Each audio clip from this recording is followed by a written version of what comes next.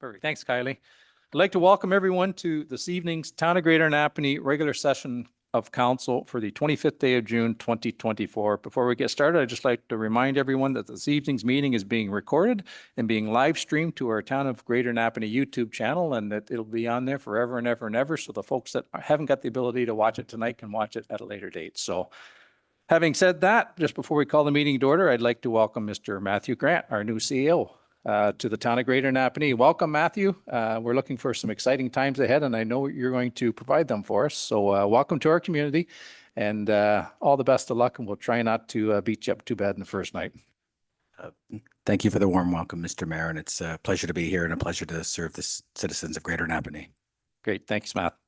We'll start off with our closed session meeting that we had earlier this evening. We'll look for a motion to rise and report from closed session pursuant to Section 239 of the Municipal Act. Moved by Councillor Norrie, second by Deputy Mayor Calver. If there's no further comments, questions, or concerns, all in favor of that motion? Opposed? Motion's carried. I'd like to report that from closed session this evening, Council approved the closed session minutes of June 11th. Received information regarding 3 offers to purchase municipal land and gave direction to staff, and received information regarding a labor relations matter and gave direction to staff. Having said that, we'll look for a motion for the adoption of the agenda as presented. Moved by Councillor Hicks, seconded by Councillor Shank. If there's no comments, questions, or concerns with respect to that motion, all in favor? Opposed? Motion's carried. Is there any disclosure of pecuniary interest and the general nature thereof? Seeing none. This evening, I'd like to start off with, on a good note here, with respect to an award presentation. Last week, Greater Napanee firefighter Mackenzie Grosvenor was awarded an Ontario Medal for Firefighter Bravery. Firefighter Grosvenor is a credit to our community, and we as council wanted to take the opportunity to recognize this award locally as well. I'd like to invite Chief Armstrong up to say a few words about this award. So come on up, Chief.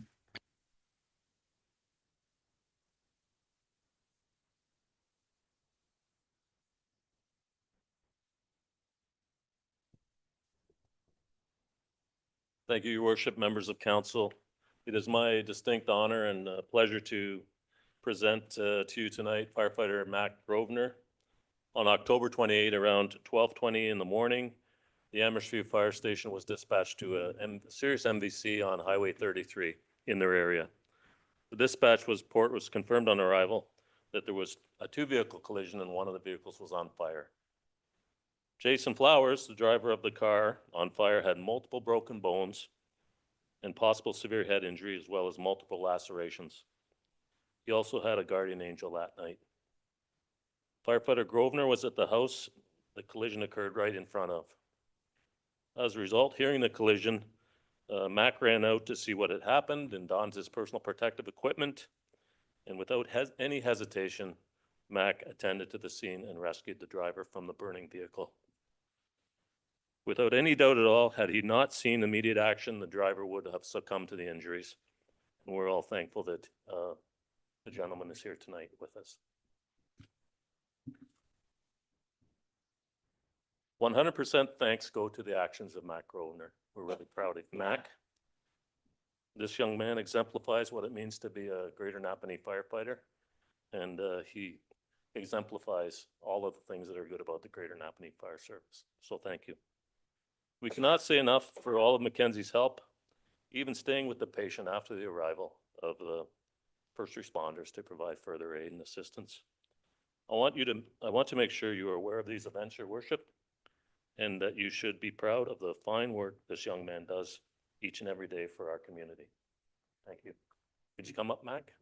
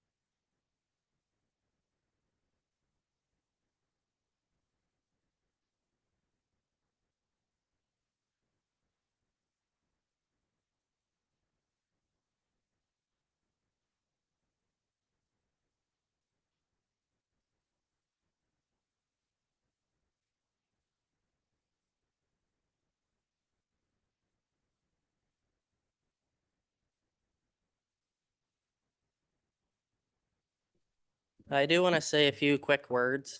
I'd like to thank a few people who are in this room tonight. First of all, I'd like to thank my girlfriend, Alyssa. She was the one that heard the accident and first got up and looked outside and saw what had happened. I'd also like to thank Julie, her mother. She was also present during the accident. She ended up coming outside as well and helping out. So I thank her for that. Quickly, I'd like to thank my father. Without him joining the fire department back when he did and letting me be involved as much as himself and the fire department has, I don't know if I'd be a firefighter today. I'd also like to thank my mom. She's heard all the stories of all the calls I've been on and everything that I've been through, and she's always there, open arms, and I appreciate her for that. And Nathan as well, I thank you very much deeply. And then my brothers as well, Jesse and Justin and Jordan, for being here. I thank yous as well. And I just, again, want to thank everybody. I said it's anybody else would have done the same thing. Any member of Greater Napanee or Loyalist Fire Department, same thing. It's nice to be recognized, but we're not out for that, and it is nice though. So I want to thank you all. Thank you.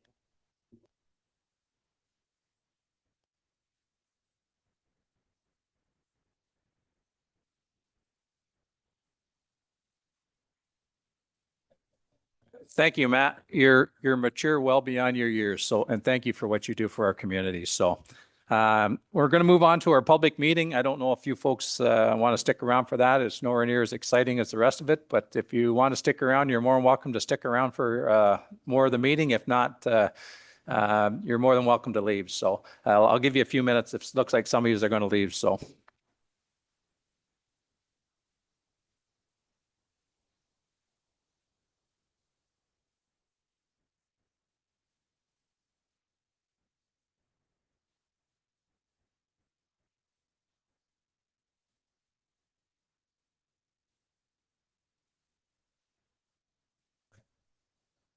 Okay, next up on our agenda is the public meeting held under the Planning Act. We'll look for a motion to move into a public meeting with respect to the Planning Act.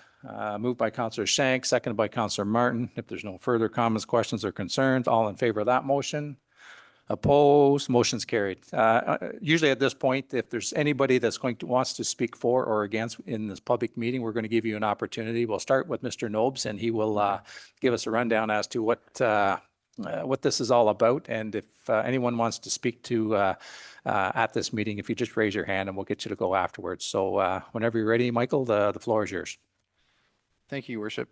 This public meeting this evening is pertaining to 47 and 51 Palace Road. So that is the location of the Wesleyan Church on the north side of Palace Road.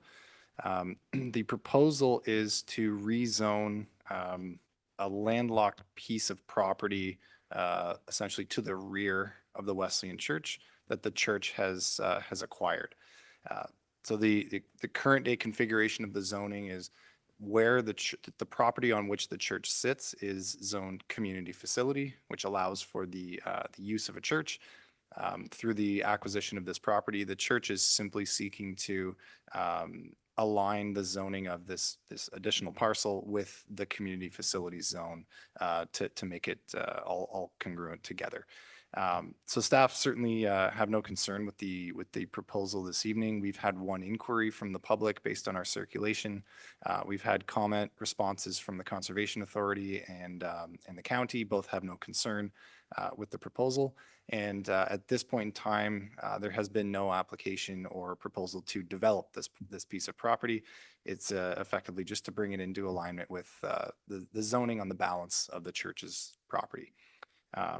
So with that, the point of the public meeting is for council to hear any comments, concerns, or questions from the public prior to rendering a decision. Given that it's a fairly minor application, staff are recommending that we make a decision on this tonight, pending the outcome of the public meeting. If there are any major concerns that cannot be addressed tonight, the decision can certainly be put off. But if council so chooses, a decision can be rendered and bylaw passed tonight. So with that, I'd be happy to answer any questions, and I do believe we have the proponents behind me in the council chambers as well. Great, thanks, Michael. First of all, is there any questions or comments for Michael with respect to the report that's in front of us and the presentation that he's made? Seeing none, is there anyone that would like to speak for or against with respect to the application, the public meeting that we're holding right now? Seeing none, I think it's fairly straightforward then. Thank you, Michael, for the work that you've done on this. If there's nothing further, we'll look for a motion to adjourn the public meeting. Moved by Councillor Shank, seconded by Councillor Hicks. If there's no further comments, questions, or concerns, all in favor of that motion? Opposed? Motion's carried. Next up, we have deputations, scheduled deputations, new items. And I believe that we have an Andrew Teliszewsky, if I'm correct. Come on up, Andrew, from Compressed Air Energy Storage. And I don't know, I think you may or may not have been here before, but I'll give you the quick rundown with respect to how the presentation will work. I'll turn the floor over to you, and I think you do have some slide presentation, if I'm not mistaken. Yeah. When you're presenting, we'll just get you, with respect to the microphones, you have the button on the right, it says talk. You have to push that button and hold that button to talk. If you don't hold it down, the folks at home can't hear, and then I get all kinds of nasty emails and text messages, so more than normal. So whenever you're ready, I'll turn the floor over to you, and you can provide your presentation. So go ahead, gentlemen. Good evening, and thank you, Your Worship, members of council. Thank you for accepting our delegation request for this evening. My name is Andrew Teliszewsky. I'm a consultant working with HydroStore, which has presented to this council before, most recently about a year ago. I'm joined today by Shahir Aziz, who is a project developer with HydroStore, and will be speaking to the Quinte project. Subject matter experts just behind us are Adam and Lucas, who have joined us as well, depending on the technical nature of questions that follow the presentation. Excellent. Good evening, Your Worship. Good evening, councillors. Great to be in front of you again. Today, I'm here to provide an update on the Quinte Energy Storage Center. We introduced this project last year at a council meeting, but just as a quick reintroduction, I'd like to just provide you a background on HydroStore, and then we'll talk directly about the project. So jump.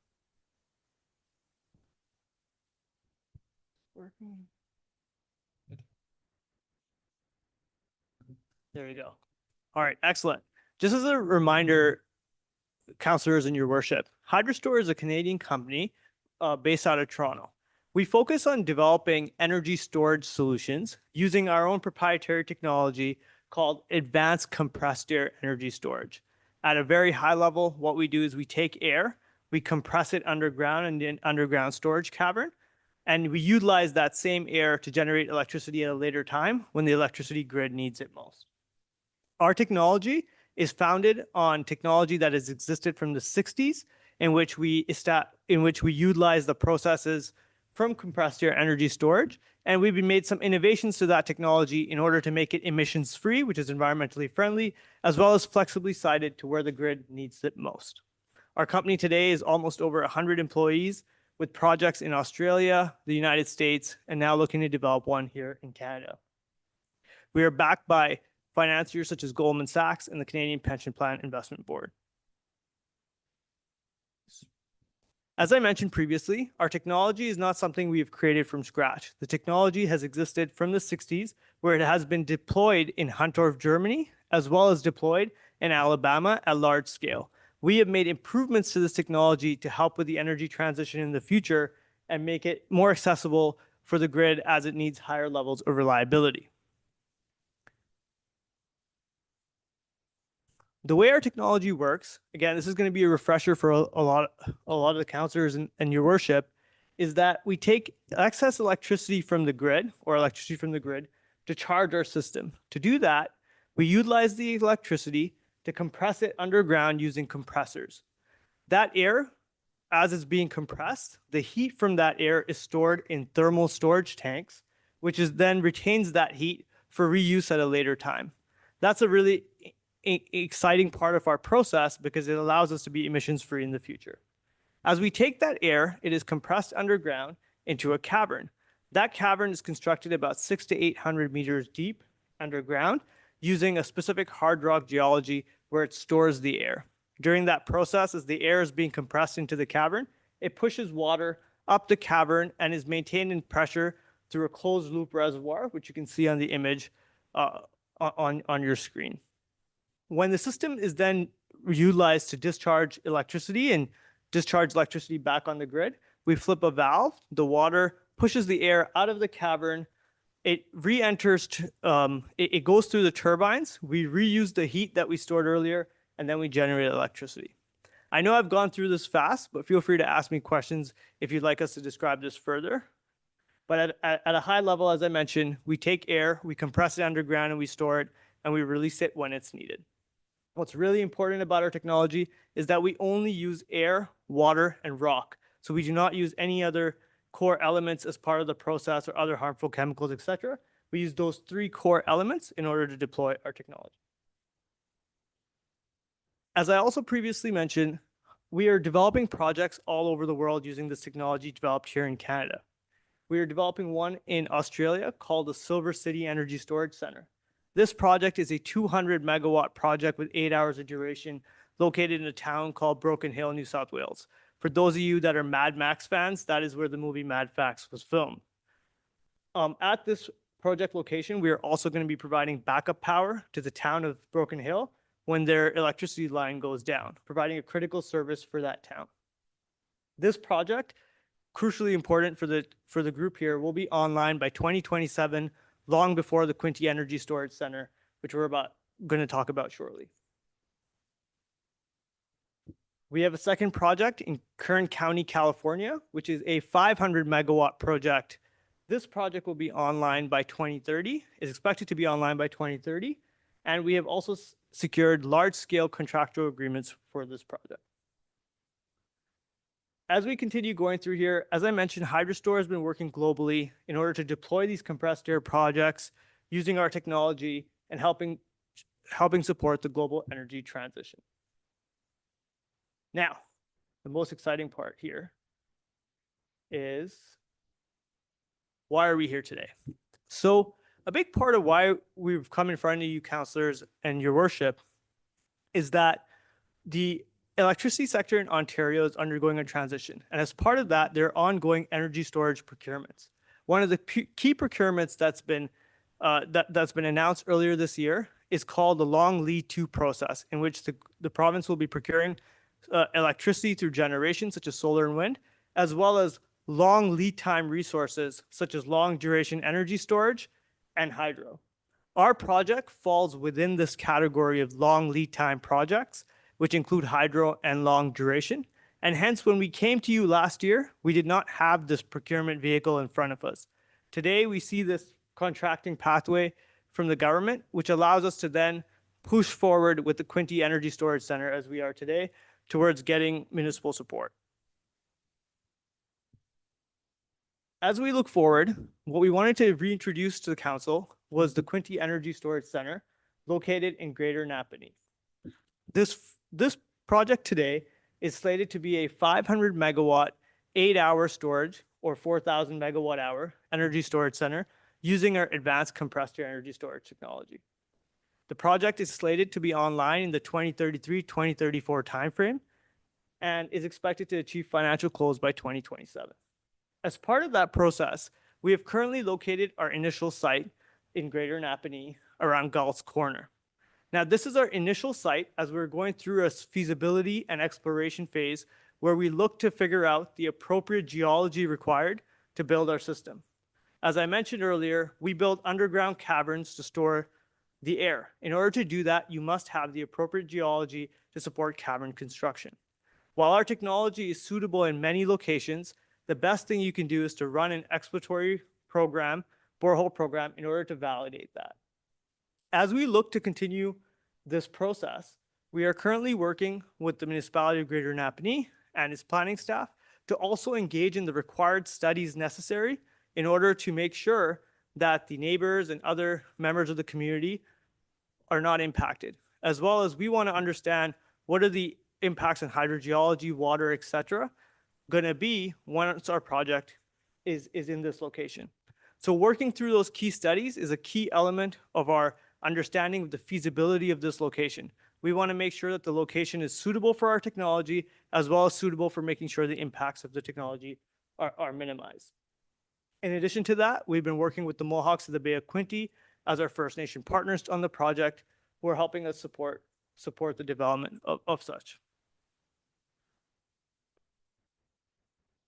As mentioned earlier, the Quinte Energy Storage Center is going to have significant environmental benefits to the electricity grid. It'll help decarbonize our grid, allowing for more solar and wind. In addition to that, we expect about 90,000 tons of carbon emissions to be abated through our technology. What is really advantageous of our technology is that it's air, rock, and water.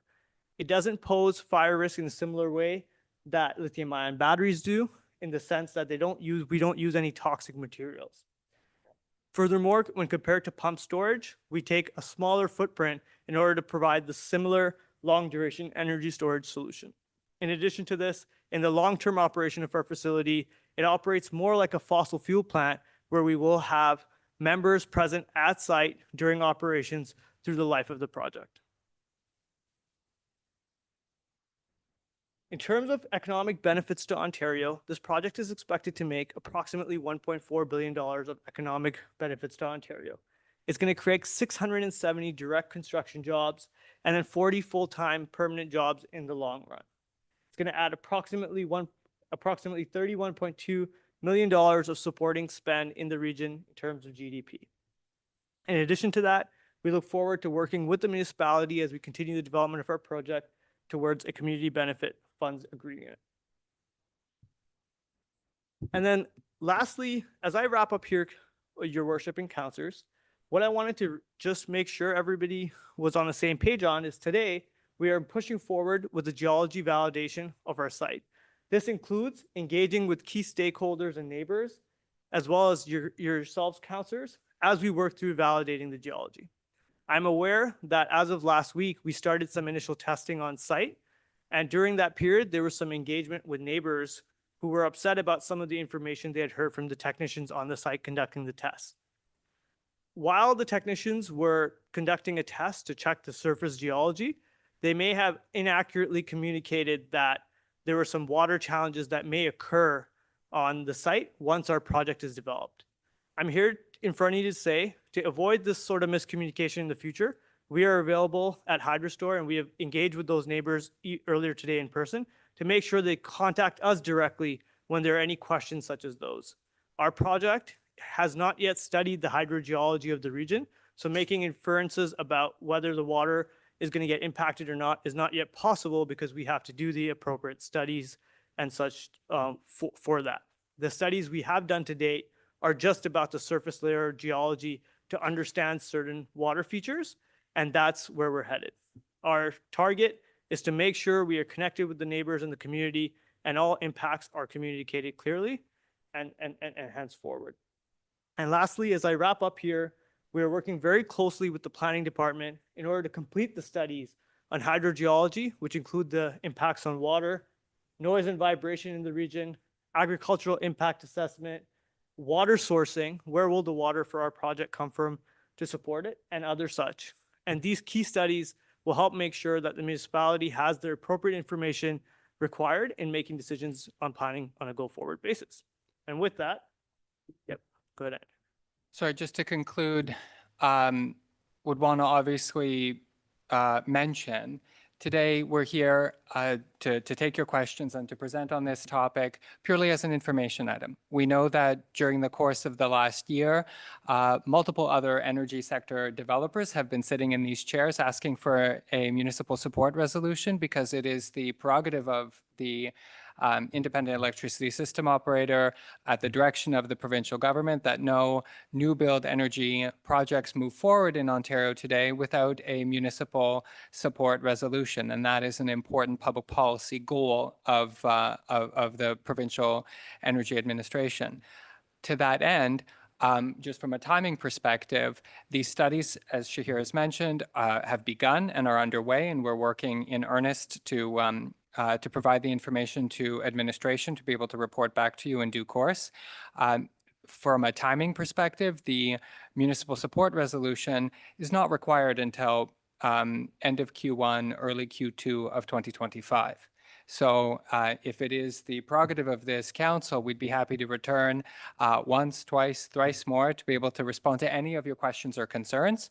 But we wanted to make sure that we were accessible to be able to respond to community issues and work through this collaboratively and not cause any surprise or concern for administration or council, certainly, because we don't want you to feel boxed in or rushed into making a decision without full information to be able to consider a municipal support resolution concomitant with this project. So that kind of timing is important for us as well, because you would have seen from the slide, this potentially might earn a or receive a 40-year contract from the IESO, meaning that we would be your neighbors for 2 generations. And we plan on being good neighbors at that. So thank you, and happy to take all questions. Yeah, great. Thanks, gentlemen. I'm sure there'll be a bunch of questions, and I do recall hearing from you folks before, and I like what you've suggested that prior to a municipal support resolution request, that you folks will probably come back, and by then I'm sure you'll have a lot of your preliminary work done, and you'll be able to provide us with far more information even then. So, but right now I'd like to open it up to council to see if council has any questions with respect to the concept or how this is going to work. I know it's a novel idea. It's sort of outside the box from most of the things we've seen in the past. So does council have any questions or comments with respect to the presentation or this process itself? Go ahead, Councillor Shank. So, like I said earlier today, but this is a 500 megawatt project, correct? So when I look at the Willow Rock in Northwest Los Angeles, California, what is the footprint on that? When I look at this area with the reservoir and, you know, it looks like the 4 generations, or then there's some other building, what would that footprint, how many acres would that entail? Counselor, our typical project size, including the Willow Rock one, takes about 80 to about 100 acres. So onto the 80 to the 100 acres reservoir and the other buildings is number one is when you're doing your test, and this is no surprise because I've already mentioned this earlier, but I want it for the public record also, is that the neighbors, you know, if there's any loss of water, you know what I mean? That something when you're doing your testing or whatever, or foundation, or when you're, whatever you happen to be doing, that the neighbors and the residents along that community are covered. You know what I mean? So if anything goes sideways while you're doing the testing, before you find out if this is even a feasible area, that the ratepayers that live there are, you know, are looked after. That's the number one concern that I have. So that's basically, that's all the questions I have. Is, you know, it's quite an idea, but we'll just see what there's a lot of steps we have to go through before we're at step 1. So there we go. No, we acknowledge your question, Counselor, and as I mentioned, you know, we are going through a standardized borehole testing program, which will test the geology. This is a well understood process in terms of geology, and the impacts are minimized, and therefore, yeah, we look forward to making sure your concerns are absolutely addressed. Yeah, thank you, Councillor Shank. Councillor Norrie. I'm just curious, are you looking at other areas in this area, or just you pick Napanee and that's it, or are you doing many other studies? Just curious more than anything. Counselor, we are looking at a few other areas as well. A few of them are in Greater Napanee, and so our focus is Greater Napanee, but we are en route to test the geology and make sure that it can stay that way. Thanks, Councillor Norrie. Are there any other questions? Go ahead, Deputy Mayor Culver. Through you, Your Worship. So you're going to, these boring holes you're going to do or test, you're going to go down half to 3/4 of a kilometer doing your bore test. Is that correct? Correct. We're going to go somewhere between 600 and 800 meters. Okay. And so boring, not blasting. And so during that test, what happens when the neighbors, if any of them lose water around, or like, how are you going to deal with that? Yeah, maybe for this question, maybe I can introduce my colleague here, Lucas, who can talk a little bit about the borehole process and how it mitigates the impacts for that. Yep, great. Come on up, sir. And we'll just, for the record, we'll just get your name again. Good afternoon, everyone. My name is Lucas Lexton. I'm with HydroStore. Great, thank you, sir. Whenever you're ready, the floor is yours. Yeah, so our program is very standard, and the risk of impact to the water table is negligible. I would dare to say none, but we are drilling a very small diameter hole. It's about 4 inches in diameter. It'll so smaller than your average water well. It will travel through the permeable zone and into the impermeable bedrock. Our goal is to find rock that is sufficiently tight that it can contain compressed air, as such that those formations really hold no water. So our borehole program, the impact will be limited to that 4-inch hole, very similar to if you drilled a water well but pumped no water out of it. Okay, yeah, just most water wells don't go down that deep, but no, I do appreciate that. Thank you. Thank you, Deputy Mayor Calver. Are there any other, go ahead, Councillor Hicks. Move a little closer, my arms are short. Andrew, maybe you can answer this question. So I'm looking at your map and it shows the decommissioned site on Toronto Island, and it would appear that everywhere you're active is green, which includes the United Kingdom. And I'm just wondering if someone forgot to take the color off there, or if you have a project underway in the UK. There are active discussions Okay. in the UK, but as you might be aware, they've recently entered a general election. And so as a result of that, continues to be paused. And we look forward to returning with their energy sector when that election is concluded. Okay, thank you. Just curious on my part. Thanks. Yep, thanks, Councillor Hicks. Are there any other questions or comments? Seeing none, thank you, gentlemen. I think most of my questions were either answered previous to this meeting or during the questions that the other members of council had asked. It's a novel concept.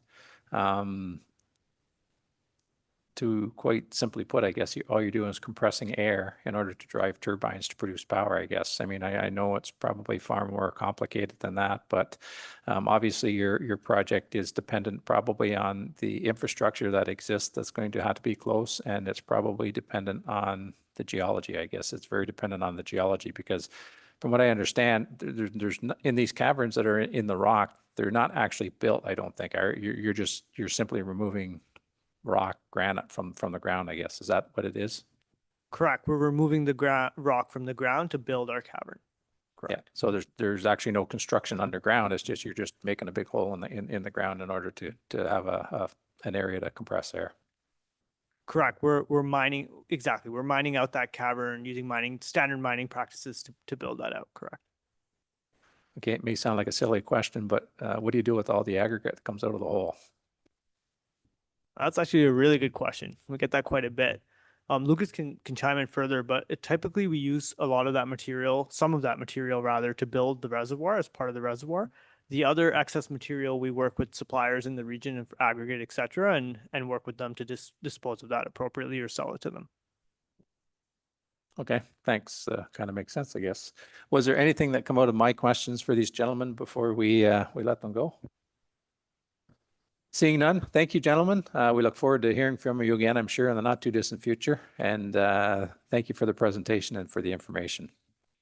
Thank you for having us, councillors, and your worship. Great, thanks. Business-wise, we'll look for a motion to note and receive the deputation from Andrew Teliszewsky. And I hope I didn't, was I close? Great, thanks, Andrew. Motion moved by Councillor Shank, seconded by Councillor Hicks. If there's no further comments, questions, or concerns, all in favor of that motion? Opposed? Motion's carried. Deputations, item on the agenda, and I don't believe, Madam Clerk, we have any items on the agenda. Through your worship, we do not. Unscheduled deputations not on the agenda. I think we were anticipating some folks, but I don't see them here. Through your worship, we did have some indication that we may have an unscheduled deputation tonight, but I do not see them here, so we'll maybe schedule them for future day. we will continue on, and if they show up, we'll try and fit them in somewhere else. So moving on past staff presentations. And we do have a staff presentation, GIS dashboard presentation, Access E11 Fire and Transit. Diana Tyner, whenever you're ready, Diana, we'll turn the floor over to you.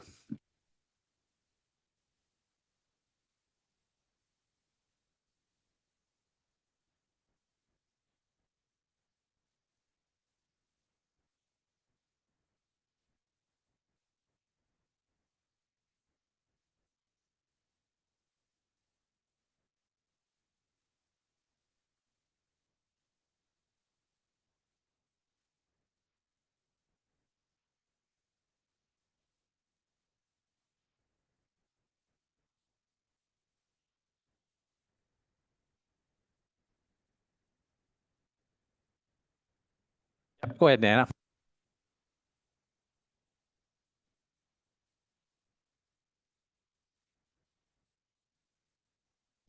Saying actually, the dashboard is actually created for a tool for council or members of the public to actually access some of our information that's collected through our Access E11 or our citizen reporting.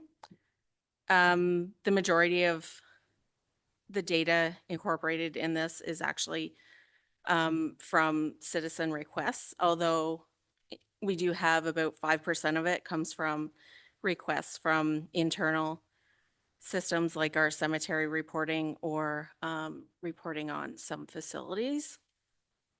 So I'll just do a high level overview of the dashboard. One of the biggest challenges each month when we submit the Access E11 to council is basically the citizen requests come in from they span a bunch of different topics. So it's hard to have like a one-stop shop report. So this way, if we use a dashboard, it's more dynamic and it gives access to you guys at your fingertips. So over here on the left-hand side is basically a sidebar. You can sort or filter by case category. So I'm just going to actually empty it out and say if you're interested in bag tags and I'm going to say garbage and recycling and garbage collection issues, you can see on the side. It's dynamic. The indicators change based on which category you select. And also over here on the graphs, you can see it encompasses one department specifically, and then within that department, 3 different issues. So bag tags, garbage collection. The third one I can't see, garbage and recycling in general. You just have to remember to reset your selection. There are also 2 scroll bars here at the side. So if you scroll down on the other one, you can also select for department. For example, if you were interested in, a certain department, you can select by department, or you can also select by basically month or a temporal year to date. So if I just select everything to start with, this next category here shows basically the indicators. So you can see last month, how many cases were reported or this week. It also averages the daily case. So this is since we started reporting at the beginning of about 13 months ago. And then also the average, so average cases daily that become reported are about 4.8 or about 5 a day. The average response time for us, for all departments, would be 4.6 days, so that's averaged. There's also the average time to close the cases. And as you select specific issues, you'll see these numbers are dynamic, so they do change. Sorry, I'm losing my voice here. The other really neat feature that I just wanted to highlight is actually over here. It does, and I'm gonna move this over a bit. You can also select by, if you wanted department. So if you were really interested in certain departments or what residents concerns had been for those departments. You can kind of, for example, this one is Public Works. You can see here between, I'm going to say end of October and mid-November, there was a significant spike.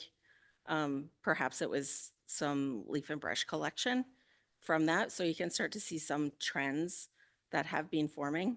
You just have to remember, sorry, to deselect the categories to see everything again.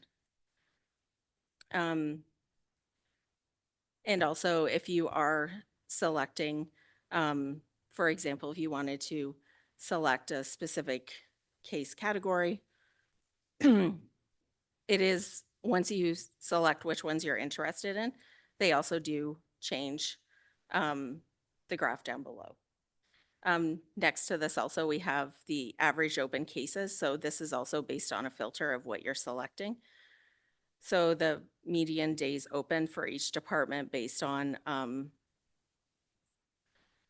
the case categories that have been chosen. And then we have a breakdown here for, basically this shows the raw data based on your selection again. I'm just going to reset it so it actually shows everything. And then there's also a breakdown by date. You can also just click on this little extender here and have a bigger screen if you're at home or if you're using it on a different device. And we also have it separated based on date as well. And the last step of the dashboard, normally on the report for council, there's also, I'm going to say it's like a buffer zone of where the resident requests are coming from. So the system itself logs it in two ways. It logs it based on the address of the resident, but also the address of the incident. So in the future, I do believe it would be handy if, for example, like if I chose Ward 3, if Dave Pennell Jr. was interested, if there was a heat map attached to the number of calls, or for example, if I zoom in to like the King Street maybe park here in Napanee, if there was a number of, let's say 20 resident concerns surrounding that park, it would show up for that in that ward map specifically for the counselor. And currently right now it is being updated monthly. And basically I get a report from Access E11 monthly. It can be changed if it was, if for example, you wanted it weekly or if you wanted it more frequently, that can also be arranged. And from here, you can also link to other, so you can link basically to our Access E11 page or Greater Napanee homepage, or I have created a couple other dashboards as well. They're not publicly available yet, but they are ready to be publicly available. I'm just going to move this one over. So this one is actually for transit, but it's one that we created. You can zoom in for Napanee. It's a joint project with the town of Deserano and Greater Napanee. And on here you can see the total number of rides, the total number of residents from Deserano, Greater Napanee. You can also see interesting statistics if you want specifically for Napanee. The recent ride, just got to move this again, basically is 37%, and some people run errands about 40% of the time. If you change this back to Deserano, for example, the employment changes, like the rate or changes basically to 64% is their reason to ride. So it kind of narrows it down to whichever locally, whichever data you're interested in. We also have another one for fire that is created as well. This one also logs the type of fares that were purchased and also basically the numbers of the use of the transit system since we started recording data in January. And since a month is, I guess we have 5 days left, but there has been a little bit of a drop in the use of the transit, but I'm sure in the next 5 days it will probably bump up to this area. And if anyone has any other questions,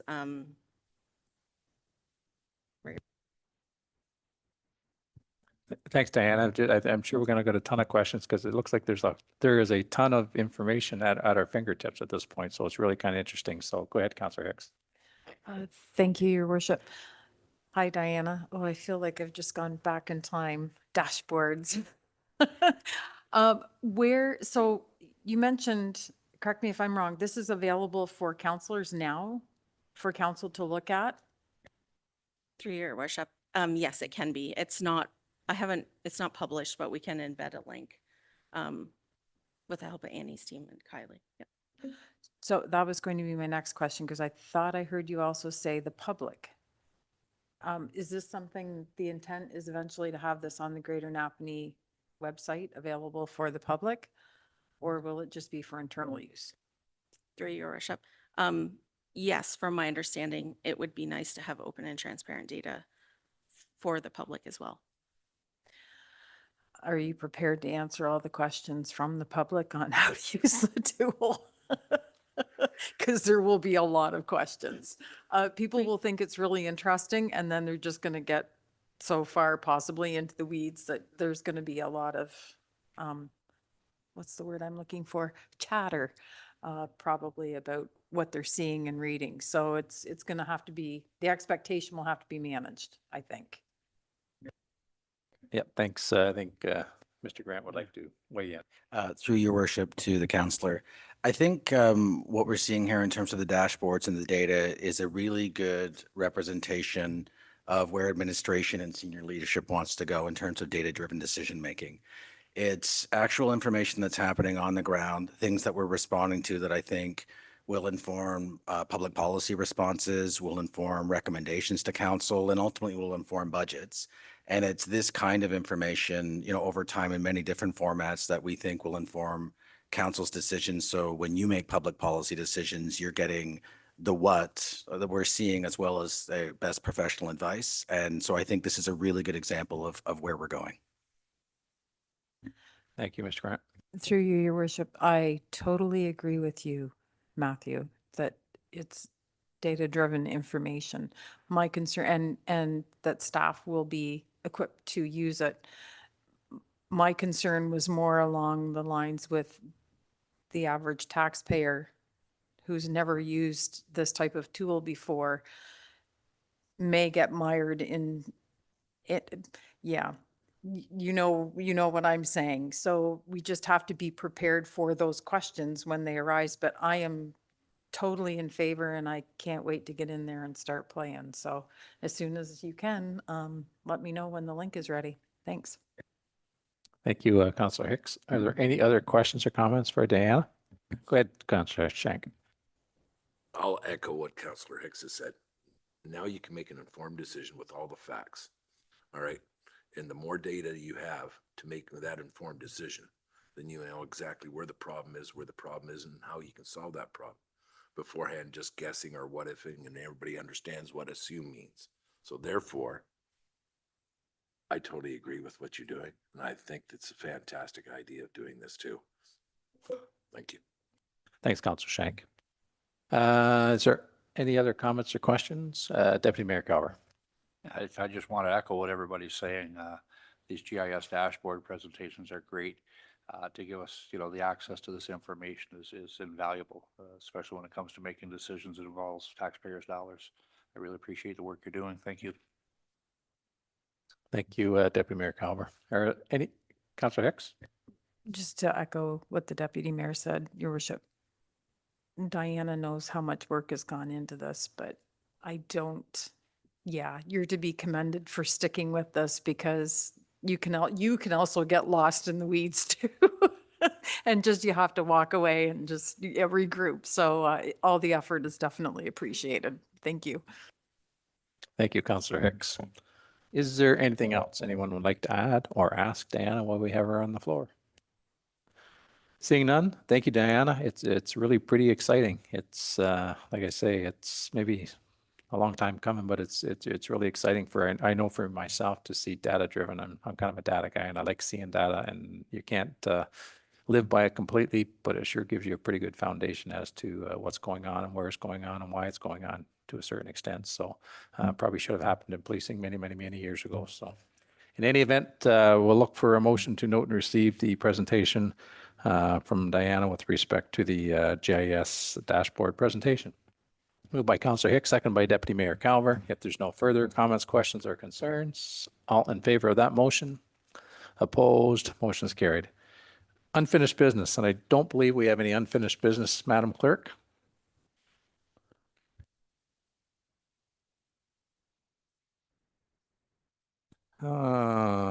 Next up is, just bear with me here, the consent agenda, I guess. Are we at that far up already? And I think there is one matter in the consent agenda we want pulled, and we'll be dealing with it a little bit later on with respect to a motion. Am I correct, Madam Clerk? Through your worship, yes, that's correct. Perfect. And that would be moving down to item 11, correspondence with respect to financial assistance to municipalities, but we'll deal with that later. So moving through the consent agenda, we have the regular session of council minutes for June 11th, 2024. Is there anything in that in those minutes that anyone would like to bring about or about? Seeing none. Committee minutes of the Recreation Advisory Committee and the Arts Advisory Committees. Is there anything in those two reports that anyone would like to speak to or ask? And we do have both chair people with respect to those committees. The Recreation Advisory Committee is Deputy Mayor Calver. Is there anything in there you'd like to highlight, or does the report speak for itself? No, the report pretty well speaks for itself, but I would like to thank the staff that got the new boat parking signs up. They look wonderful. Everything is good down there. So just keep up the good work. Great. Thanks, Deputy Mayor Calver. And the other one is the Arts Advisory Committee. I think that's Councillor Norrie. Is there anything you'd like to highlight, Councillor Norrie? Just this Friday is the U20 rock concert, first of its kind, with the local youth down at Conservation Park, 4 to 9. Anybody wish to go for a walk? Hopefully no rain.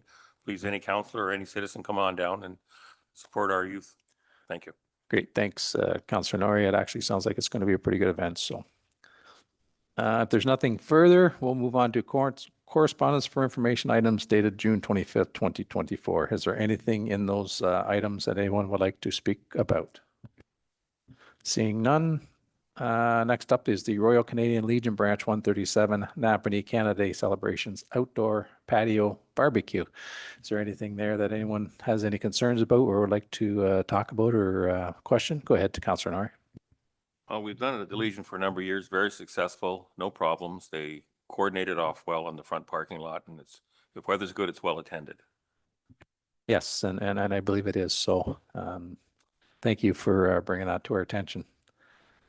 Renewal of automatic aid agreements for fire protection services with municipalities adjacent to the town of Greater Napanee. Is there anything in that report that anyone has any questions of or would like to speak to? And I know these mutual aids agreements, Chief, that I know they're fairly standard and we really can't exist without them. So I know they're fairly important, but so I hate to say that they're standard, but they really are fairly standard if I'm not mistaken. Thank you. Activity report, legislative services for June of 2024. Madam Clerk, I think that's yours. Is there anything in there that you'd like to highlight, or is there anything there that we'll let you go first and then we'll check with council? Through your worship, I'd just like to highlight our current engagement page that is up on our dog control bylaw. We've actually gotten a fairly good amount of feedback already through that form, but we have it open for I believe a couple more weeks, and then we'll be looking to bring the summary of that feedback back to council later this summer. Great, thank you. Is there any questions for Jess with respect to her report or her presentation? Seeing none, activity report, infrastructure services, June 2024. Is there anyone that would like to speak to that report, or is there anything in there that anyone would like to highlight? Through your worship, I'd just like to update the report to let council know that point of sale will be available at the South Fred disposal site starting our summer hours, and I believe they start Wednesday, July 3rd.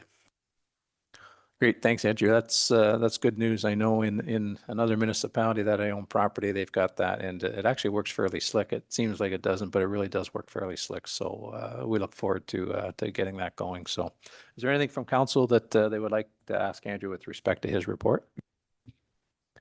Seeing none. Activity report, growth and development, June of 2024. And that would be Michael's. Is there anything in there that you'd like to highlight, Michael, before we open it up to council?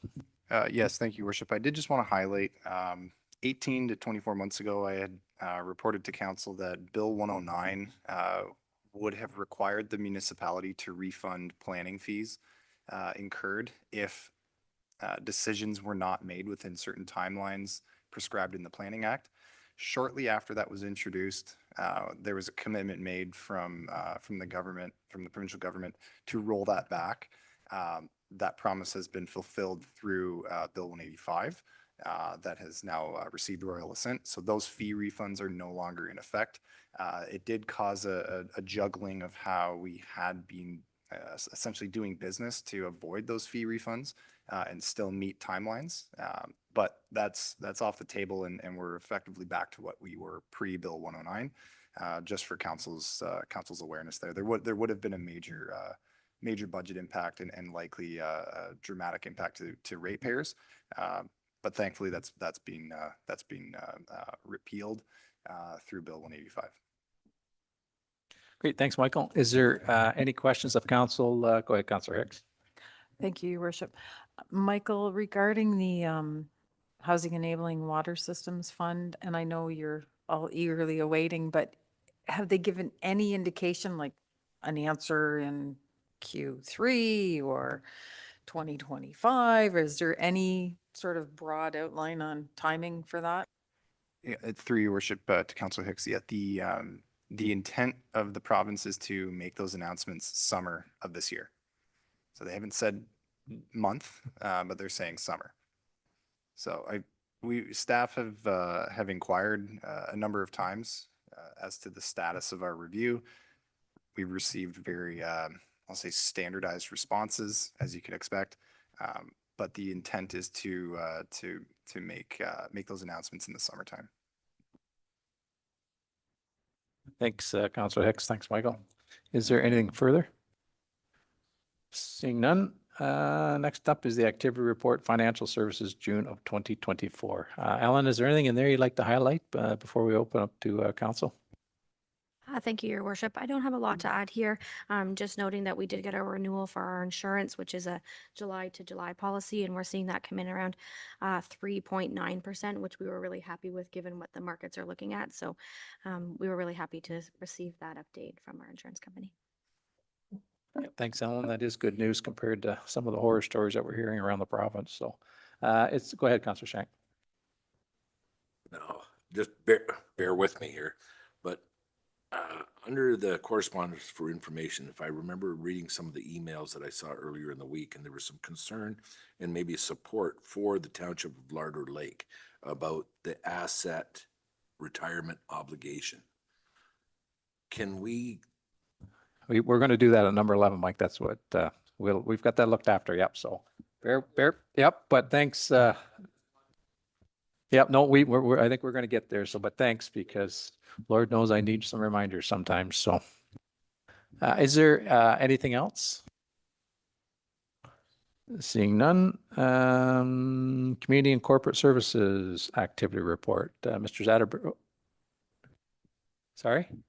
Oh, Alan's going to comment there. Yep. Go ahead, Alan. Yes, I just want to comment that we're undergoing a joint project between HR and finance for a payroll software upgrade to what our existing program does. So it's through HRIS My Way, which will look to find some efficiencies in the way that we key our time for payroll. That's the primary function of that. So individuals will be entering their own time rather than us having a number of admin staff doing that bi-weekly. There's also going to be some additional kind of HR functions of that for personnel filing and things like that. So that's a joint project that's underway. We have the capacity from a financial perspective and also from a personnel perspective. So we have some overlap right now in that position. So we have the ability to really manage this well right now because we have the additional staff resources to do this. It's going to be quite an exercise in kind of change management. It's going to affect all of our employees. So we're grateful to have the additional employees to support that rollout of this program.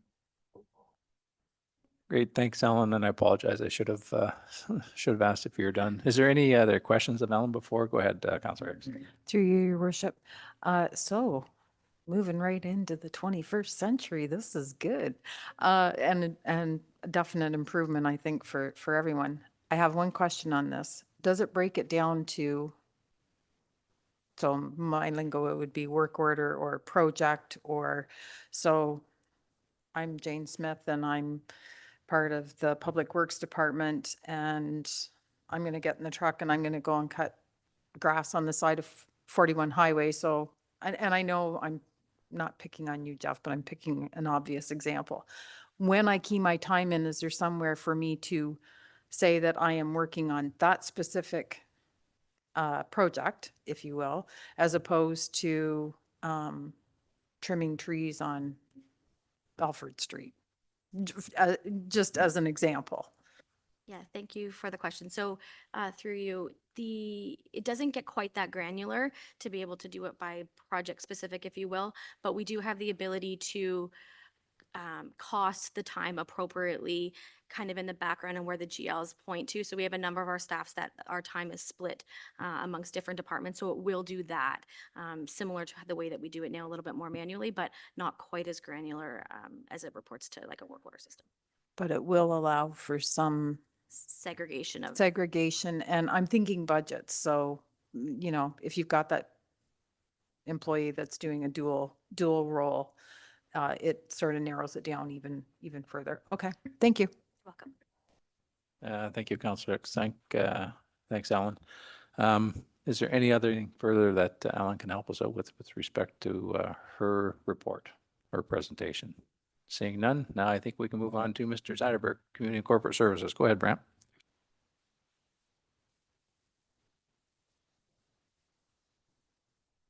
Through your worship, I have nothing additional to add, but I will note that there were some staff that were unavailable to contribute to their sections of the activity report, and those sections will be coming forward in the next activity report. Okay, great. Thanks. Thank you, Brant. Is there any questions of Mr. Zyderberg? Go ahead, Councillor Hicks. No questions, but a compliment to the horticultural students who are working. Fantastic job. I've heard nothing but good things, and the flowers look great. So kudos to all departments involved, benches, everything. Thank you. Looks good. Thank you. Great. Thanks. Thanks, Councillor Hicks. Thanks, Mr. Zyderberg. Is there anything further? If not, we will move on to Activity Report, Fire Department, June of 2024. Chief, is there anything in there that you'd like to highlight? Thank you, Your Worship. Just the fact that we're migrating now to this GIS format, and we continue to work with SLT to develop the best information possible for council's review. And we're excited that we can start to look at our service in a different way and make data-driven decisions. Thank you. Great. Thank you. Thanks, Chief. Is there any questions of the Chief before we move on? Seeing none, will we look for a motion? So again, one's a little bit lengthy, that council consent to the approval of the following routine items. That the minutes of the regular session of council dated June 11, 2024 be adopted as presented, that the draft recreation advisory and the arts advisory committee minutes of May 29, 2024 and June 4th of 2024 be received for information, that the correspondence information items dated June 25th, 2024, with the exception of one item, be received, that council receive for information the correspondence from the Royal Canadian Legion Branch 137 dated May 29, 2024 regarding an AGCO temporary extension of premises application, and further that the council of the town of Greater Napanee has no objections to the proposed temporary extended license area in front of the Branch 137 of the Royal Canadian Legion at 26 Mill Street East, Napanee, Ontario, in order to host an outdoor barbecue for Canada Day celebrations on July 1st, 2024 from 11:30 a.m. to 9 p.m. and that council receive for information the renewal of the automatic aid agreements for fire protection services with the municipalities adjacent to the town of Greater Napanee report. And further, that council authorized the mayor and the clerk to enter into an agreement with the adjacent municipalities to receive fire protection services in accordance with the Fire Protection and Prevention Act, RSO 1997 C4 S2 sub 6. And that the activity reports for the legislative services, infrastructure services, growth and development, financial services, community and corporate services, and the fire department for the month of June 2024, items 10.7 through 10.12 be received for information. Moved by Deputy Mayor Calver, seconded by Councillor Martin. If there's no further comments, questions, or concerns, all in favor of that motion? Opposed? Motion's carried. Okay, moving on to item 11 on our agenda, correspondence removed for discussions, item number 5. And I believe Deputy Mayor Calver, you wanted to speak to that? Yeah, I'd like to make a motion that the council of the town of Greater Napanee supports the resolution of the township of Lardar Lake County calling on the province of Ontario to provide financial assistance to municipalities to complete the asset retirement obligations, as many small municipalities do not have accountants or engineers on staff to complete these obligations. And this is a major accounting change will cause significant financial burden to municipalities. And further, that council direct that copy of this resolution to be sent to the Township of Lardar Lakes to the Honorable Paul Claredonia, or Minister of Municipal Affairs and Housing, and to the Association of Municipal of Ontario, aka AMO. Thank you, Deputy Mayor Calver. We'll put the motion on the floor, and I'll give Ellen an opportunity if she wishes to speak to this. And if not, then we'll just call for the vote. So moved by Deputy Mayor Calver, seconded by Councillor Norrie. Ellen, did you want to provide any more information on this, or is it fairly self-explanatory? Yeah, I'll just add that. So you probably have heard the term AOR floated around a couple times now at this table. So AROs is our asset retirement obligation, which is a new accounting standard that the municipality is required to implement as of December 31st, 2023. Many small municipalities similar to ourselves are finding these regulations require consulting firms to assist with this requirement. And this request for support looks to the province to help support this regulation that's being imposed on us. Great. Thanks, Ellen. We appreciate that. Is there any other comments, questions, or concerns before we call for the vote of the motion? Go ahead, Councillor Hicks. Through your worship, does this work in conjunction with the asset management? So the asset management that we're required to do, the asset retirement obligation, like they work, that's part and parcel of the same requirement from the province? Through you, your worship, this is a little bit different. This is kind of a continuation of the PSAB reporting requirements or audit requirements that we had, a little bit different from your asset management. But again, is looking at what our liability is long-term for our assets that we need to dispose of in the future. So primarily for us, that's going to be what costs do we have to incur in our buildings that have asbestos in them, and for our landfills are our two major assets that we're going to have implications on. And we just now have to report what that liability is going to be. The challenge is figuring out what that number is. Thank you. Great. Thanks, Councillor Hicks. Is there any other comments or questions before we call for the vote? Seeing none, all in favor of the motion that's on the floor, opposed, motion's carried. Next up, the Lennox and Addington County GIS Strategic Plan Correspondence. And did somebody want to speak to that or no? Yep, go ahead, Mr. Grant. Thank you, Your Worship. We reviewed as a senior leadership team this kind of correspondence. This is the county asking us to engage in a higher level partnership. I know that in the system that we are using, we share that with the county. We're interested in being good partners. And what I would recommend, Mr. Mayor, is that staff go away and do a bit of a background review about how we're using the technology that we share with the county. Where we're using it, any challenges we might be encountering.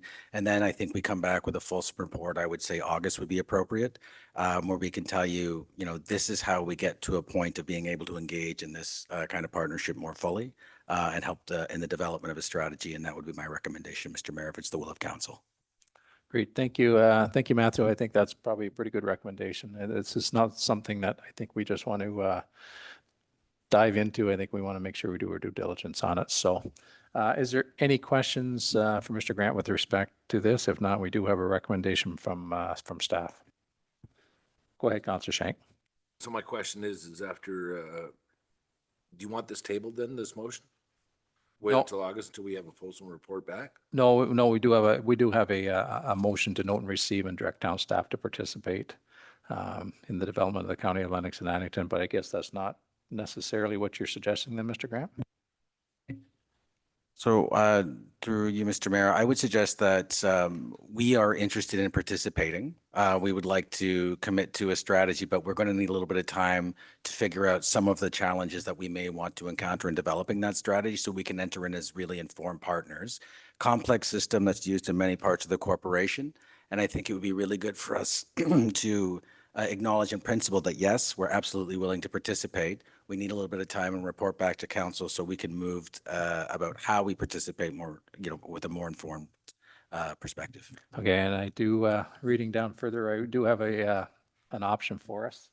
Thank you, Madam Clerk, that council receive for information the correspondence from the Lennox and Addington County, and further that council directs town staff to participate in the development of the County of Lennox and Addington GIS sorry, that probably shouldn't be there. And further that council directs staff to report back regarding the current and anticipated future GIS needs and use by the town of Greater Napanee. Will we strike that part out in the middle then, Madam Clerk? Through your worship, no, I believe the intention is to leave it in. It is the recommendation of staff that we participate in this, and but that we also be doing this work and reporting back to council.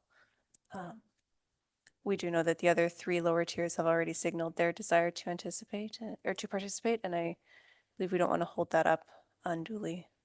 Okay, perfect. I can read that motion again, or that suggested recommendation from staff if everyone wants to hear it, which is that council receive for information the correspondence from Lennox and Addington County, and further that council direct town staff to participate in the development of the County of Lennox and Addington GIS strategic plan, and further that council direct staff to report back regarding the current and anticipated future GIS needs and use by the town of Greater Napanee. Go ahead, Mr. Grant.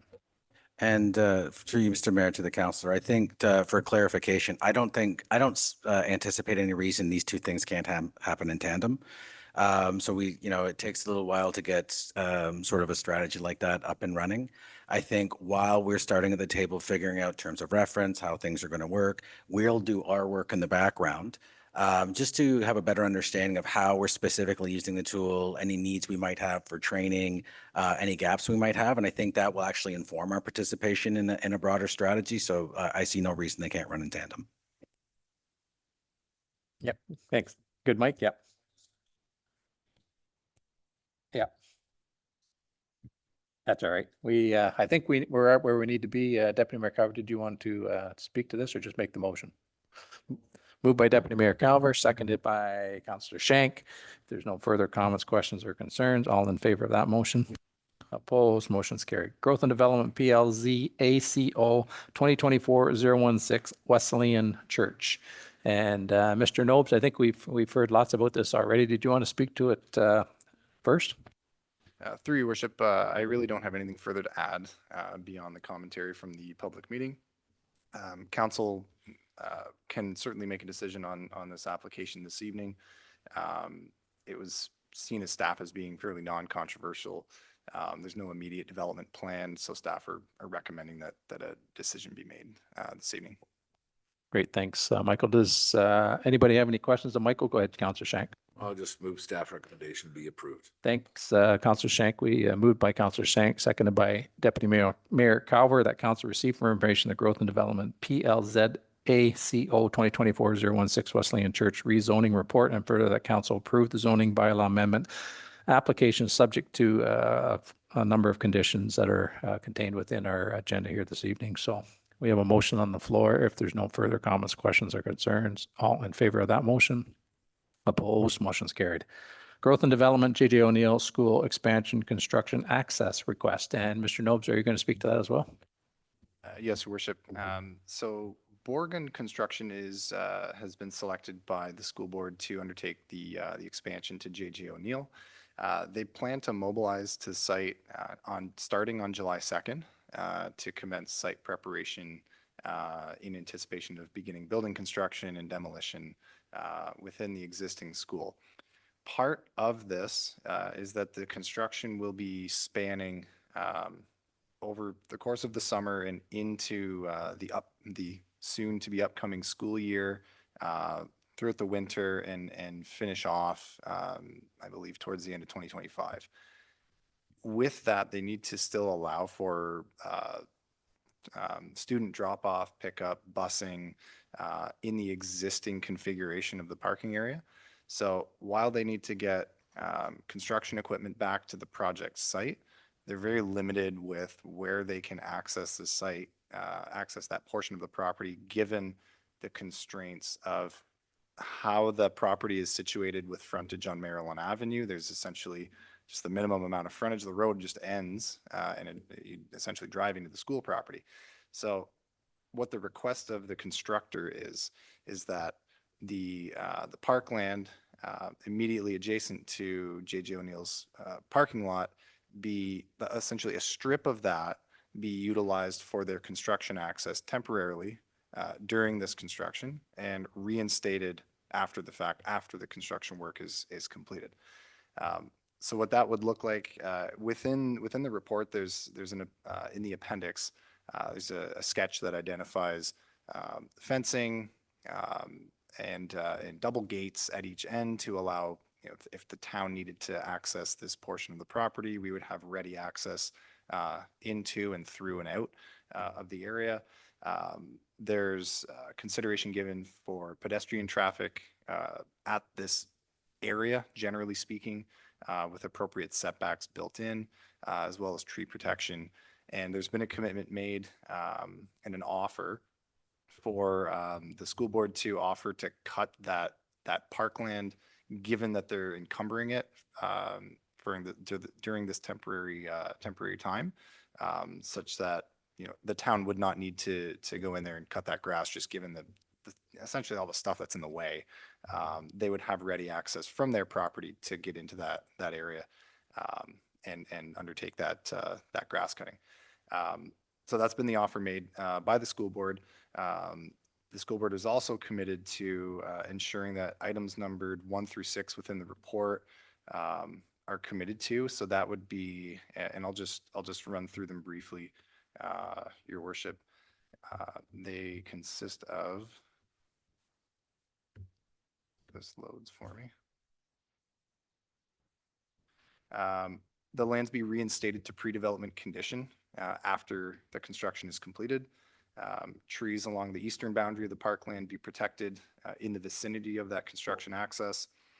The town has stormwater infrastructure running parallel to the school board's to the school's parking lot, rather. We want to ensure that those are not negatively impacted during their traversing of this area. So pre-construction, during, and post-construction camera work and an inspection of that infrastructure be completed to the town's satisfaction. If there's any damage, the school board would be responsible to make those repairs or replacement. And that pedestrian traffic continue to be accommodated from Maryland Avenue into that parkland area so that it's not immediately blocked off. People can still walk in there. The fencing would be set back well enough to allow people to walk safely around it. And that the school board be responsible for the maintenance of the parkland during this temporary time. So with that, I'm certainly available for any questions that council might have, but staff are supportive of the request if we're able to come into an agreement that essentially binds the school board to those criteria within the report that I just ran through. Great, thanks, Michael. Does anybody have any questions of Michael, Councilor, and everything, Councilor Martin? And Mike, through you, Your Worship, it might be a small thing, but the tiny forest, will this affect that? We had quite a number of people wanting that. Is that going to be put on hold, or can it still go ahead for that? Through Your Worship to Councilor Norrie. So I was speaking with Mr. Brown late last week, and he had a meeting planned with the Little Forest Group. So I made him aware of this proposal, such that he could have the conversation with the Little Forest Group to ensure that they have plans in place to do the forest work outside of this area. This would really be on the fringe of that parkland. And my understanding is that their intent is to more centrally locate the forest on the parkland. So this should not impact it. It really would just shift it slightly one way or the other effectively. But my understanding is that Mr. Brown's having those discussions with the Little Forest proponents. Thank you. Thank you, Councillor Nori. Councillor Martin. I'm actually good now, Counselor. Nora asked my question, so I was just concerned about the impact on the Little Forest areas. Great. Thanks, Councillor Martin. Is there any other questions or comments with respect to Michael's presentation or his report? Councillor Hicks. I'll move staff recommendation. Thank you, Councillor Hicks. We have a staff recommendation that council receive for information the growth and development J.J. O'Neill School Expansion Construction Access Request Report, and further that council will approve the request to temporarily use a portion of the town's parkland abutting the J.J. O'Neill School parking lot during the construction of the school expansion, and further that council authorize the mayor and the clerk to execute an agreement with Bourgeon Construction regarding temporary use of the land to ensure items 1 through 6 as outlined within report SR 533-2024 are included within the agreement. So that motion has been moved by Councillor Hicks, seconded by Councillor Shank. If there's no further comments, questions, or concerns, all in favor of that motion?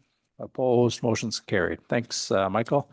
Oh, I guess we got another one yet, do we? Yep. Growth and development, Lennox and Addington County General Hospital Long-Term Care Facility Fee Waiver Request. And whenever you're ready, Michael.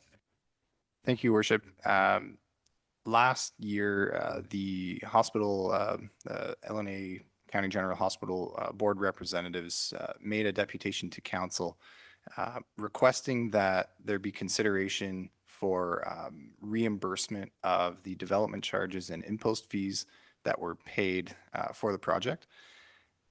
Shortly after that request was made, the town, the hospital, and the Kingston Community Health Center began discussions around, I'll say, a refined primary care model for the community, which had significant financial implications for the town and obligations for the KCHC and the hospital themselves.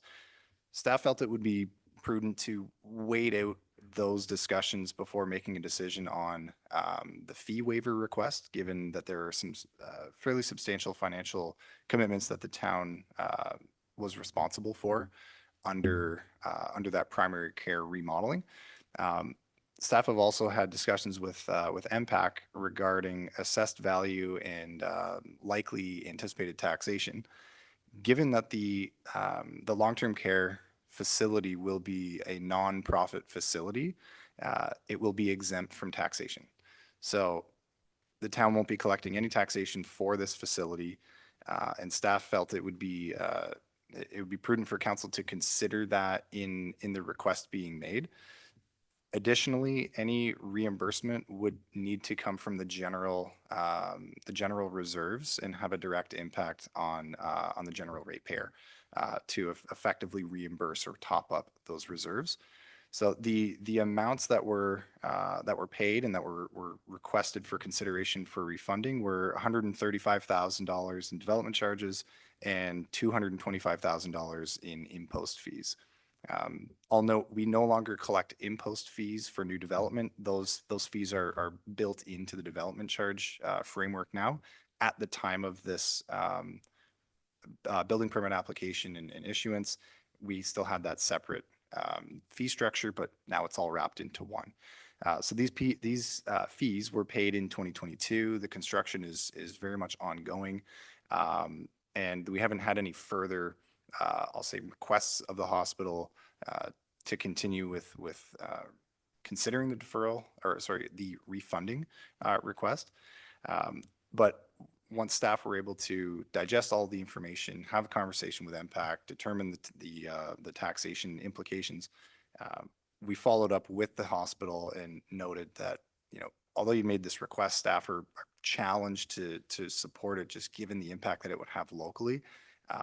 And the fact that there won't be any taxation collection for the life of the facility.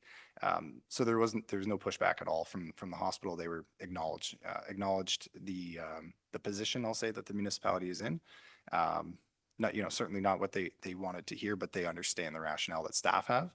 And so ultimately, staff's recommendation is to deny the request for the requested refunds that were made.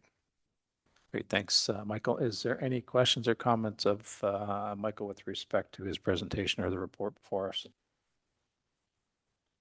Seeing none, we do have a recommendation that council receive for information the growth and development Lennox and Addington County General Hospital Long-Term Care Facility fee waiver request report, and further that council deny the request to refund the development charges and post fees paid for the project.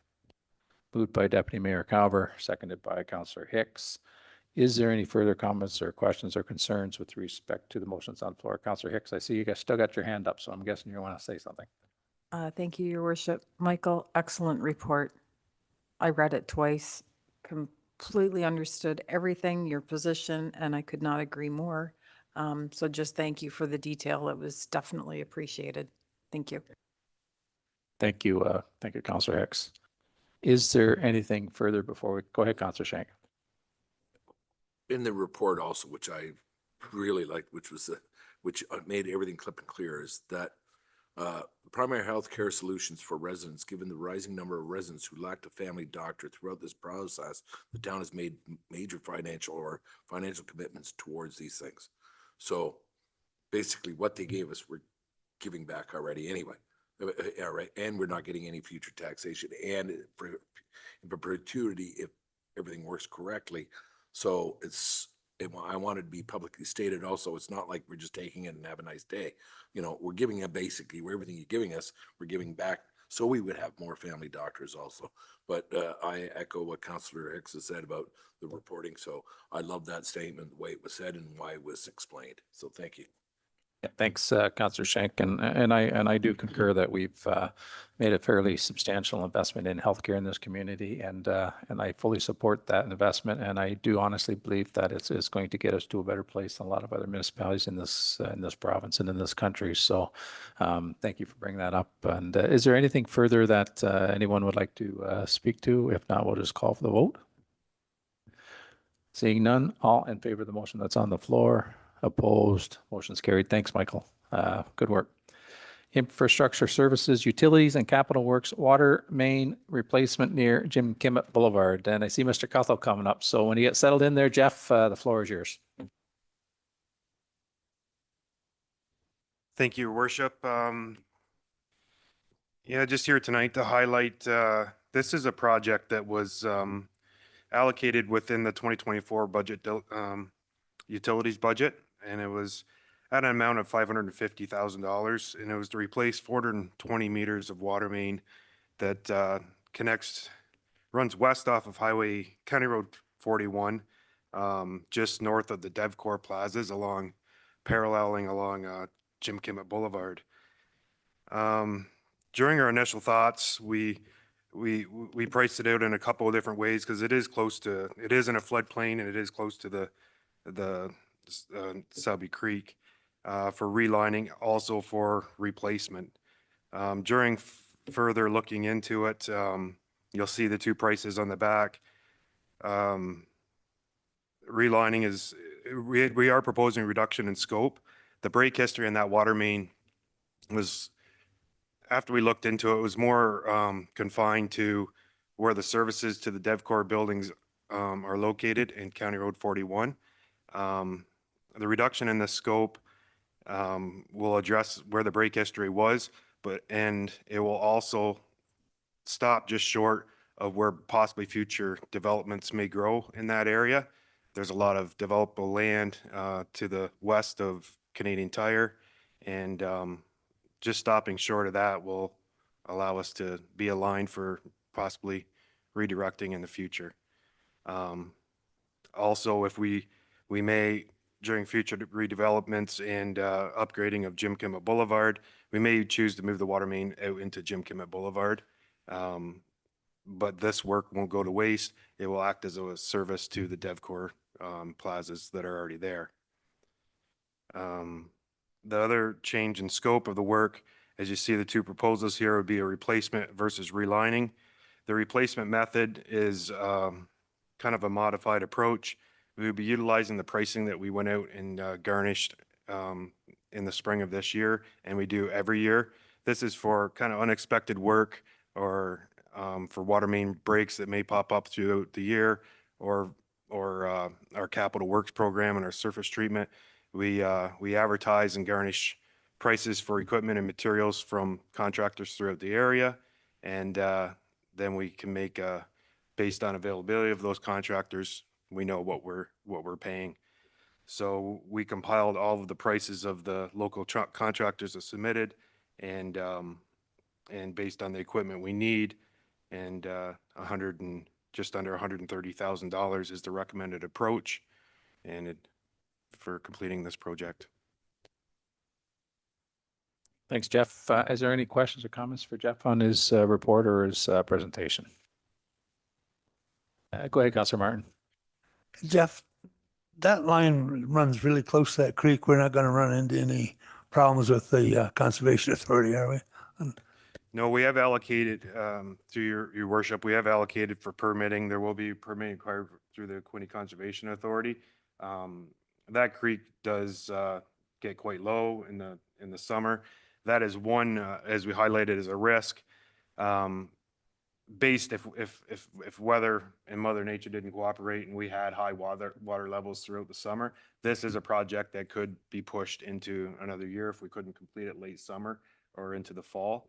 Our plan is looking at August, September completion for this.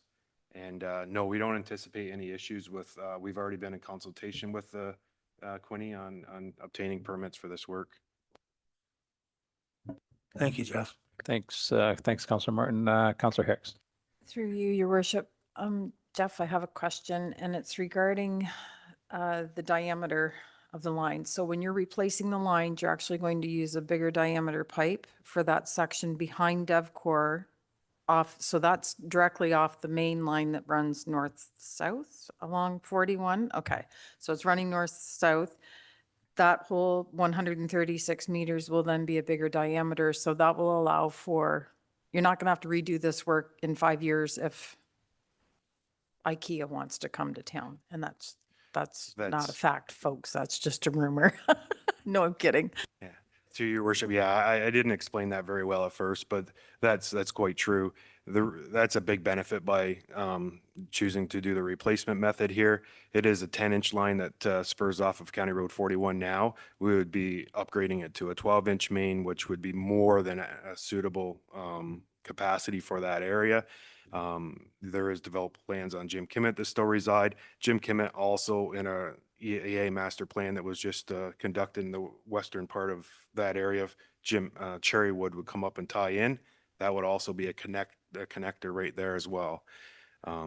So yeah, that we're upgrading it. There would always be a service for the DevCore Plaza, but we could still spur off of that and go. Plus, there is a looping between the Walmart now. So this here, if that line did break underneath the creek that still resides there, this is going to give us the capability. We could valve that off, and that line we could turn it down to a slow trickle. We could have abandoned it for a short period of time.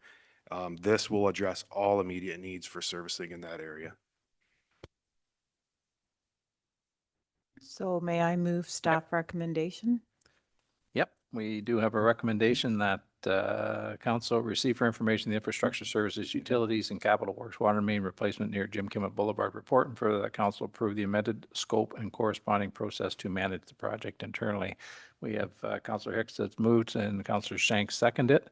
Is there any further comments or questions or concerns with respect to the report or the presentation?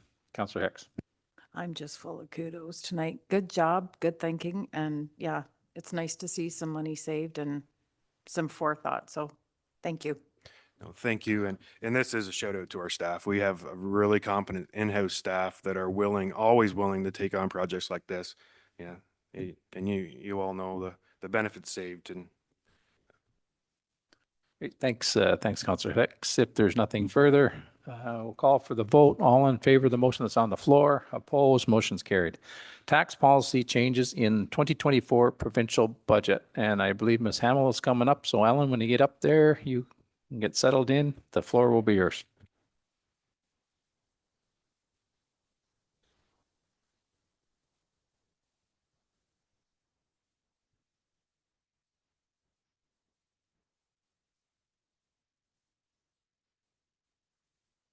Thank you, Your Worship. Before you have a staff report that has come forward as a result of a decision of County Council to defer some decisions that need to be made as it relates to tax policy. So we have two options that the upper tier needs to make a decision on. The first being a new subclass for taxation. So it's a new multi-residential rental subclass. The second piece that we'll talk about is going to be a vacant home tax. So first I'll focus on the new multi-residential rental subclass. So that particular subclass would allow for a reduction in the tax ratio of 0.65%, so ultimately giving a 35% discount for that type of development. The units need to be 7 or more to be classified as multi-residential as per MPAC's classification, so those are the properties that would receive this benefit if it was to be implemented. I just want to note that we currently do have 2 other existing tax classes as it relates to multi-residential. So this gets a little bit technical, but a regular residential property plays a ratio of 1, and so does our existing multi-residential properties. So do our new multi-residential properties. Our existing multi-residential properties pay a ratio of 2, and this particular one for new multi-res rental is going to be down to 0.65. So what will happen in that is if a new development comes on board, which is a multi-residential rental property, there would be essentially a shift in the tax burden off of that class onto the remaining classes. So there's no money necessarily lost to the municipality. We're just shifting what portion of the properties are paying what portion of the burden. In the legislation currently, there's no indication that the savings are going to be directly passed on to the renters of those properties. The intent of this legislation is to incentivize the development of new residential properties.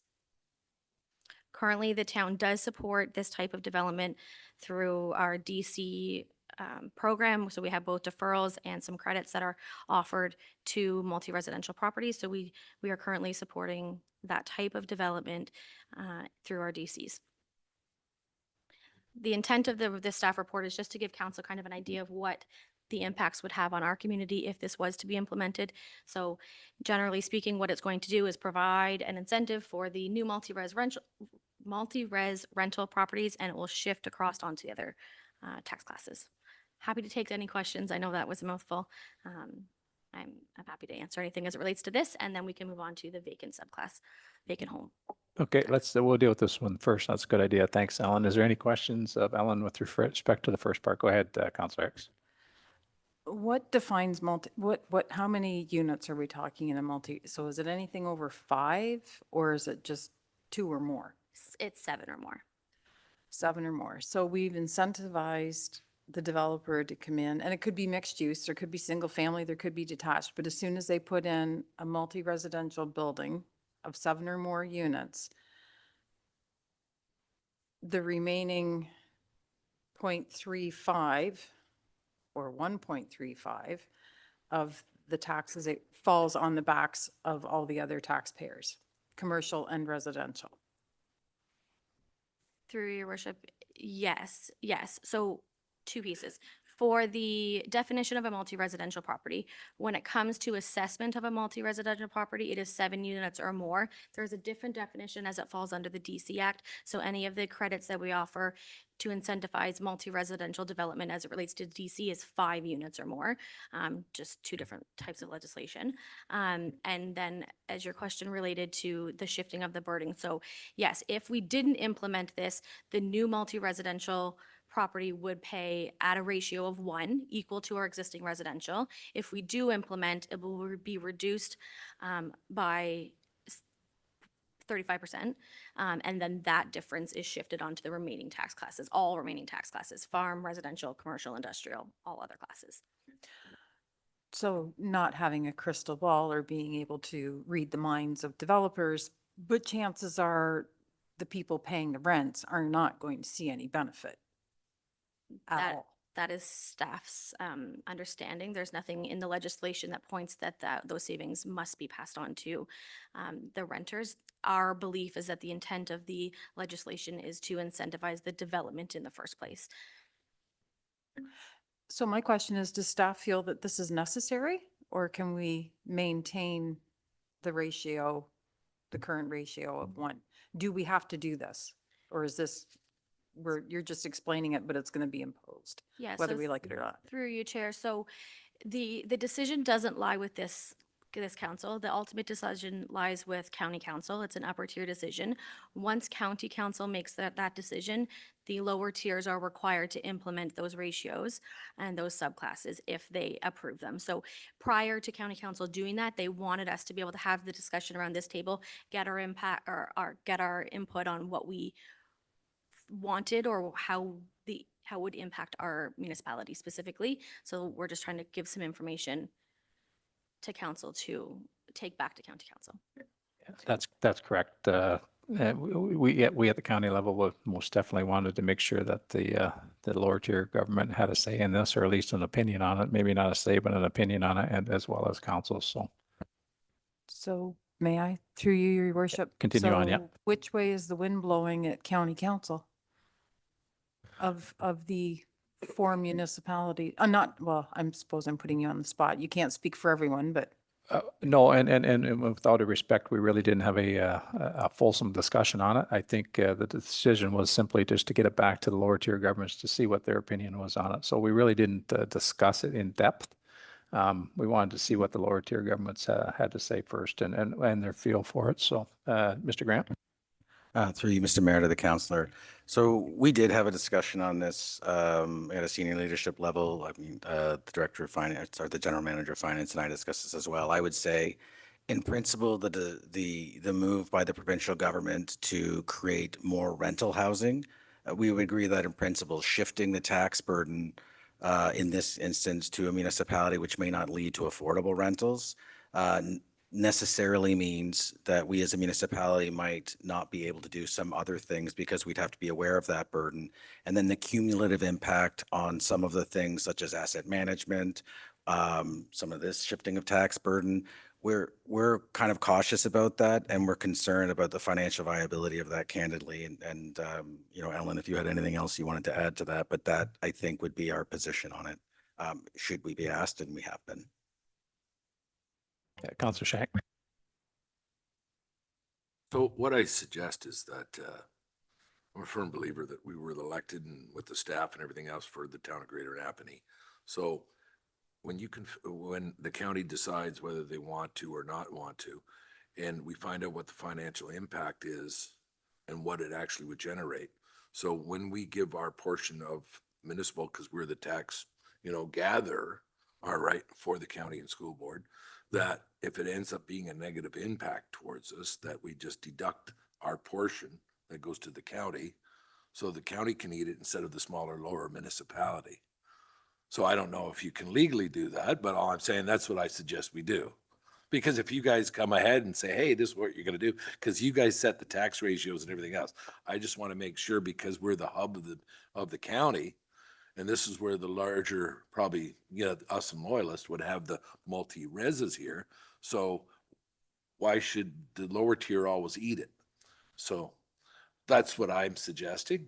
Now, as our representatives, you probably will take that back to the county level, but Alan, I know you're a little perplexed. You're going, oh, gee, I don't want to go down that road. But all I'm saying is there's a little tit for tat. Maybe we can. I just don't want to end up, if it costs us large amounts of money, we have to watch it too, guys. And that's why we did want to come back to the lower tiers, just to really get a good gauge as to how it's going to affect us, because you're absolutely right, Mike, that we are the ones that have got our hands out collecting it, and so we're the ones that are going to get yelled at. So go ahead, Ellen. Sorry, I should have jumped in there. No, thank you. So just for clarity on that, it won't dollar for dollar cost the municipality any extra money, nor will we be losing any money. So we're going to set our budgets based on the need of the budget of that year. And then all it's going to do is pocket what type of property pays what proportion. So all it's going to do is lower the ratio for new multi-res rental and they'll pay a smaller piece of the pie where all of the other ones will then have to make up the difference. So there's no additional money going to the county. If the county implements this, their ratios will be also applied, so they will have the same piece of the pie proportions on those same types of properties. So they'll be taxed the same way at the lower level as well as the upper level. And there's no lost revenue. It's just shifting where the burden lies based on your classification. Yeah, go ahead. And I think Mr. Nobza wants to weigh in as well. So All go ahead, I'm Mike. saying is anytime, you know what area rating does?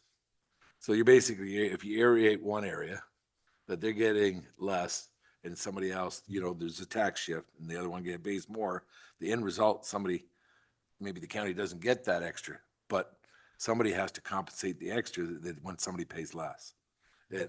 That's the only reason why I was. Yeah, I I'll think, just let this one go. This one, I just wanted to liven it up here. There we go. yeah, well, I think Mr. Nobes wants to weigh in. He may be able to provide some insight. So If Councillor Hicks wants to go first, I just wanted to wrap up just the DC side for council's consideration too. okay, go ahead, Ange. So through you, your worship. So we have a 20-unit building. We have 40 cars. We have between 40 and 60 people living in the building. And all of that is stress on our infrastructure. So the tax assessment, so the tax is collected 0.35% less. That can add up to a fair amount of money when you're trying to build a new waste treatment plant or pave roads or, so am I understanding this correctly? Like it's not a single dwelling home with a family of 4, it's a 20-unit building, and that assessment, we're taking a hit on what we could potentially be collecting, right? Yes, you are taking a hit on the amount that you're collecting from that property. Yes, and just to further provide context to that as outlined in the report. So we currently have 2 existing multi-residential classes right now. We have new multi-residential and regular multi-residential. New multi-residential has a rate of 1, paying the same as residential, and existing multi-residential has a rate of 2 times that of a regular residential or new multi-residential property. This will add a 3rd layer for new multi-res rental. So now you've got a span from 0.65 all the way up to 2. So if we have a multi-residential property that's 25 years old, they are paying 2 times. Ones that are 5 years old are paying 1 times. And then new, and if they are rental properties, we'll be paying 0.65. So we're creating a larger gap in our classes as well. So then. Go ahead, May I- Councillor Hicks. So then that begs the question, number 1 and number 2, are they going to come back and go, hey, number 3 just rolled into town and they're paying 0.65 and I've been paying my fair share for the last 40 years. I want a reduction. I want a reassessment. Is there a potential for that? Through you, your worship, that's a provincially driven standard, so they would have to create a new subclass for that. Okay, I'll stop now. I think, go ahead, Michael. I know that you're going to wind this up and make it all make sense. Thank you, worship. Maybe from a development charge perspective. And if you need a hand, I got a magic wand up here that can help you. So I did just want to comment. So as the treasurer noted, it seems that the reading of the legislation intends to encourage or incentivize the construction of rental residential buildings. There doesn't seem to be any mechanism or requirement in the legislation that the savings be passed on to the renters. So it seems like it's trying to incentivize the development of these buildings. What the province has also enacted through Bill 23, which is now required of every municipality in the province, is that where you have a building for rental purposes with 4 or more rental units, depending on the number of bedrooms per unit, there are mandatory reductions in the DC amount owing. So for example, just use round numbers. If we had a DC owing for an apartment unit of $10,000, if it's a 3-bedroom unit and they had, I don't know, let's say 10 units in here, that building would qualify. So if they had all 3-bedroom units, they get an automatic 25% reduction. If it's a blend of or if they have 2-bedroom units, then they get a 20% reduction. If it's a 1-bedroom, it's a 15% reduction. So you determine the overall reduction on the DC owing for this new building based on the blending of 3, 2, and 1-bedroom units. But also, these developments only have to pay that amount, 1/6 of that at the occupancy stage, and then yearly thereafter for the next 5 anniversaries. So there's a great reduction in development charges and deferral of time period that they need to pay that over. So there's already that, what I would say, a larger incentive built in automatically through the development charge regime that would free up capital when they really need it the most at the start of a project. And they get this automatic reduction as of right now. So this is required of every municipality in the province. And I would say that's more impactful than what's being proposed here in staff's opinion. Great, thanks, Michael. Is there any other questions before we move on to the vacancy tax? I guess it's next in the same report. Seeing none, go ahead, Ellen. I'm sure it's going to be as much fun. Thank you, Your Worship. So the vacant home tax is another option that the province has provided to upper tier municipalities to choose to implement, which is essentially putting a tax on homes that sit vacant and are not rented or occupied. Staff believe that this is not a particularly worrisome area for our municipality, but it is an option that the upper tiers have to implement. It is yet to be determined exactly how administratively burdensome this will be, but it's from our understanding that residents are required to self-report, and then there would be an enforcement piece to that, and we could look at a benefit outweighing what the administration would be, but we're not certain, given the number of vacancies that we have, that this would be something that we would encourage. Thanks. I think Councillor Hicks has a question. Go ahead, Ange. I always have a question. Thank you, Your Worship. So define a vacant home.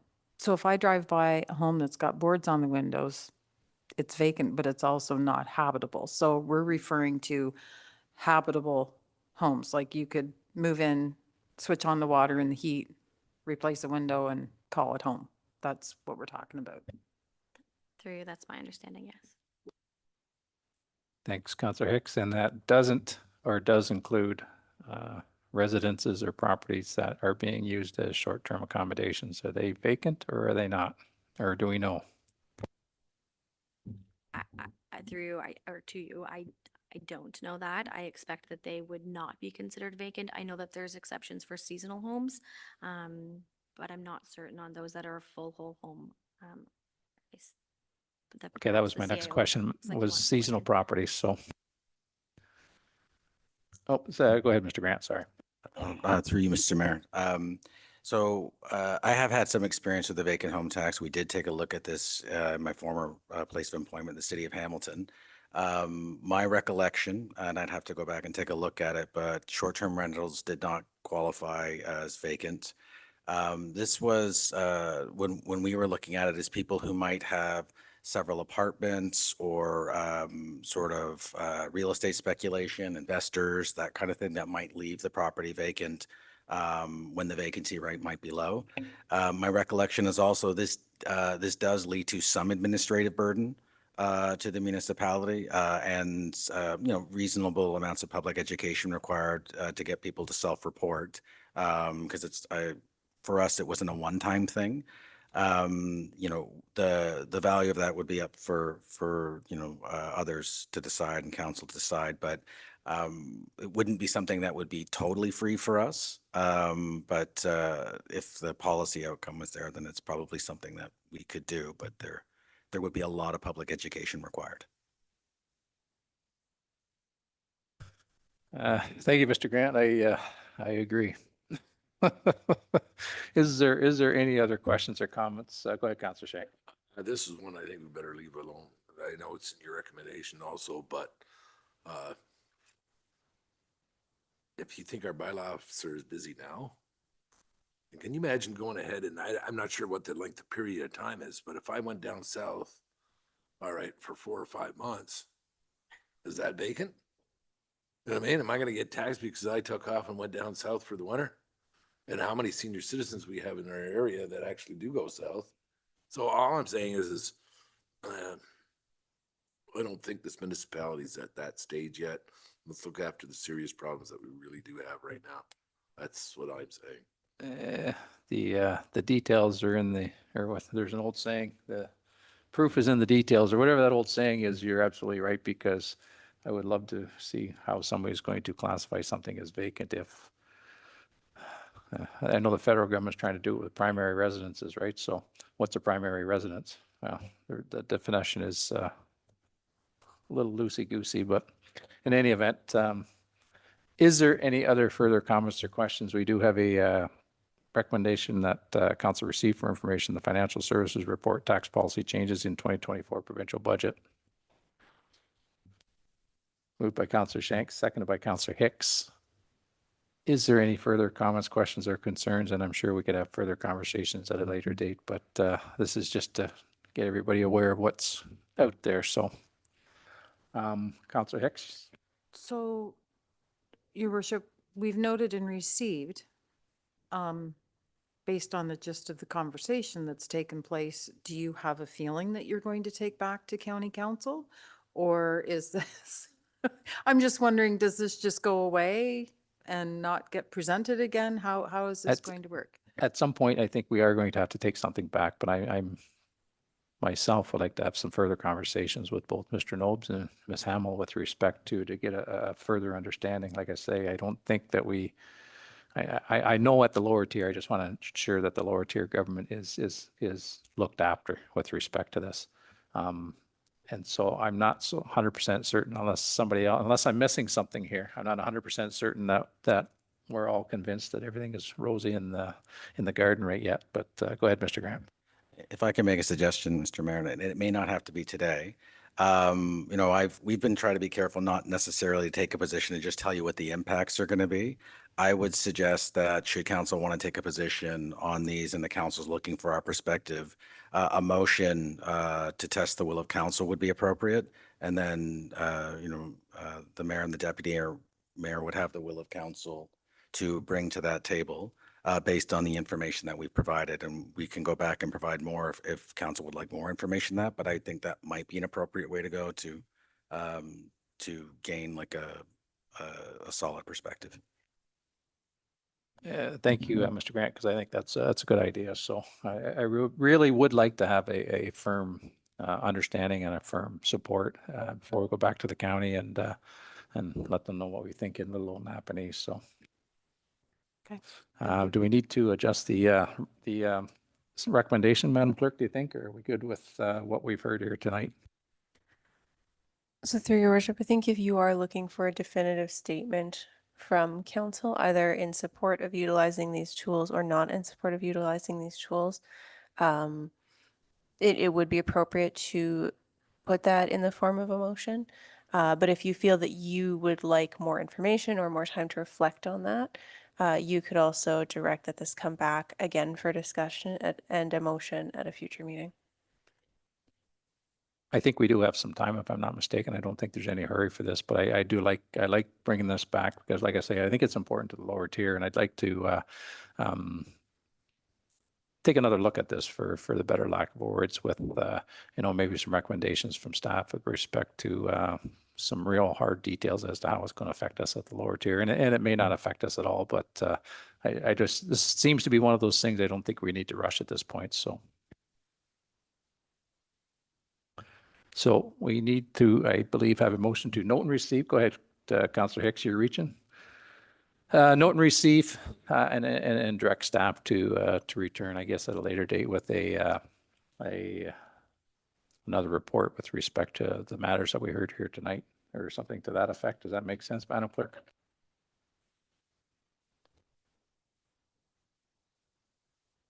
Through your worship, we do have a motion to note and receive. So if we're going to amend that to add the request for this to come back for further discussion at a later date.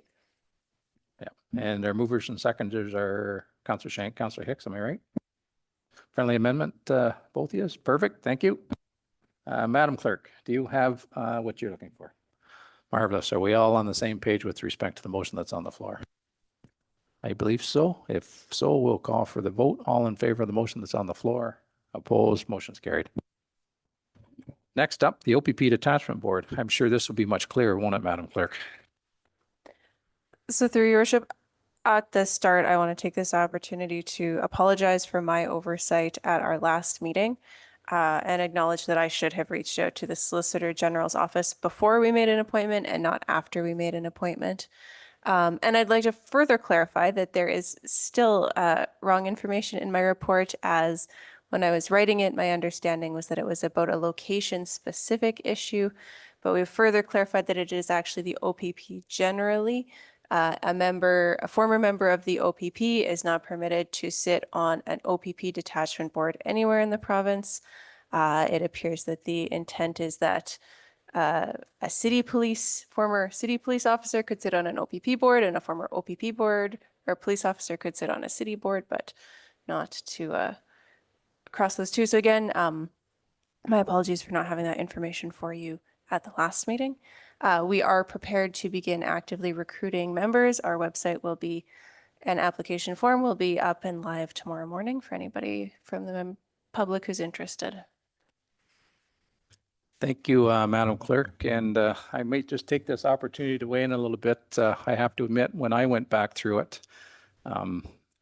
you know, our friends at the provincial government had 5 years to get this thing right.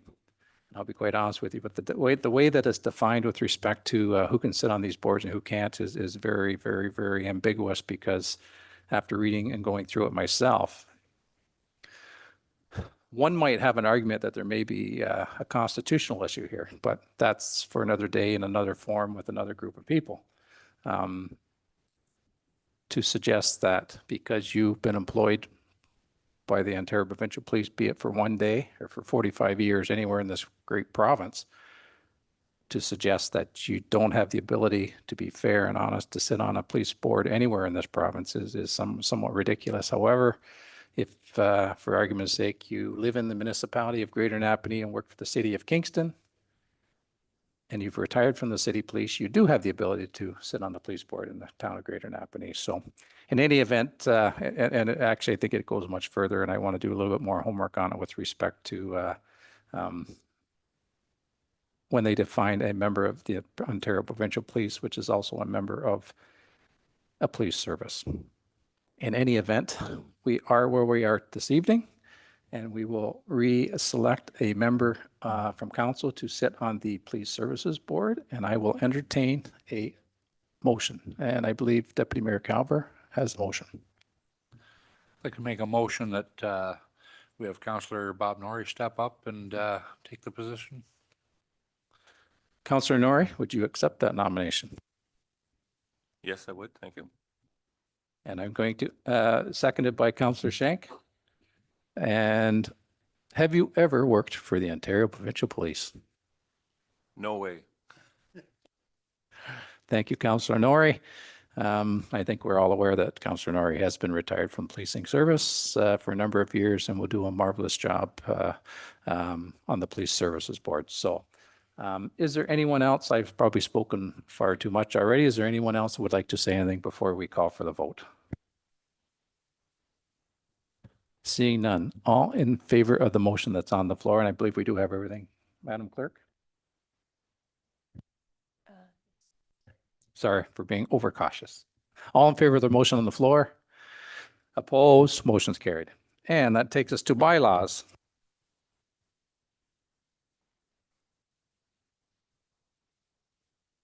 First up, bylaw number 2024-0033, execution of a municipal funding agreement by the Canada Community Building Fund. We'll put motion on the floor for 3 readings. Moved by Deputy Mayor Calver, seconded by Councillor Norrie.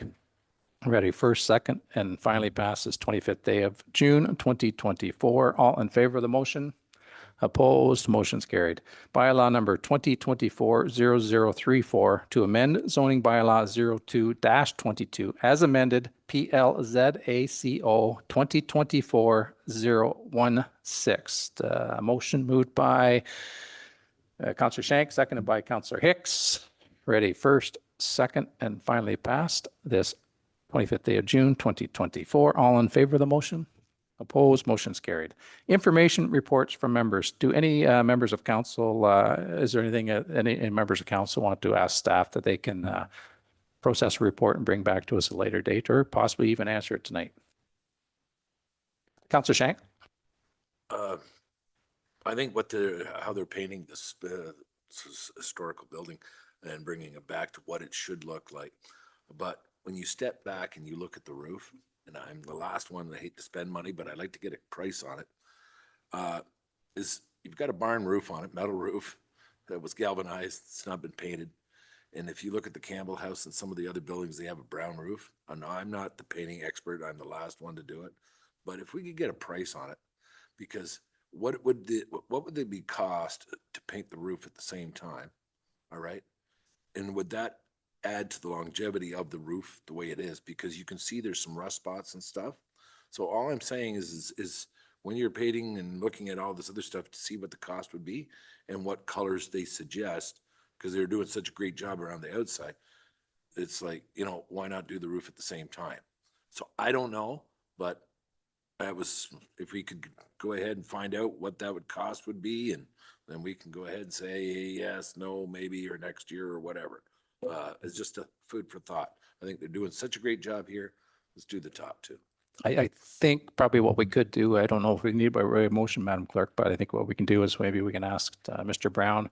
I know he's very invested in the project here, especially with respect to some of the landscaping and stuff that's done outside. I guess maybe we could task, I don't think the folks that are painting the building now are the ones that would do that, but you're absolutely right. I think at this point, it'd be a shame that we put a whole bunch of money into something and then realize that we got a leaky roof. So it might be maybe a task we can ask Chris to look at it and at least assess it and see if it's something that maybe we should be doing as we're putting some money and some effort into the building. So, Madam Clerk.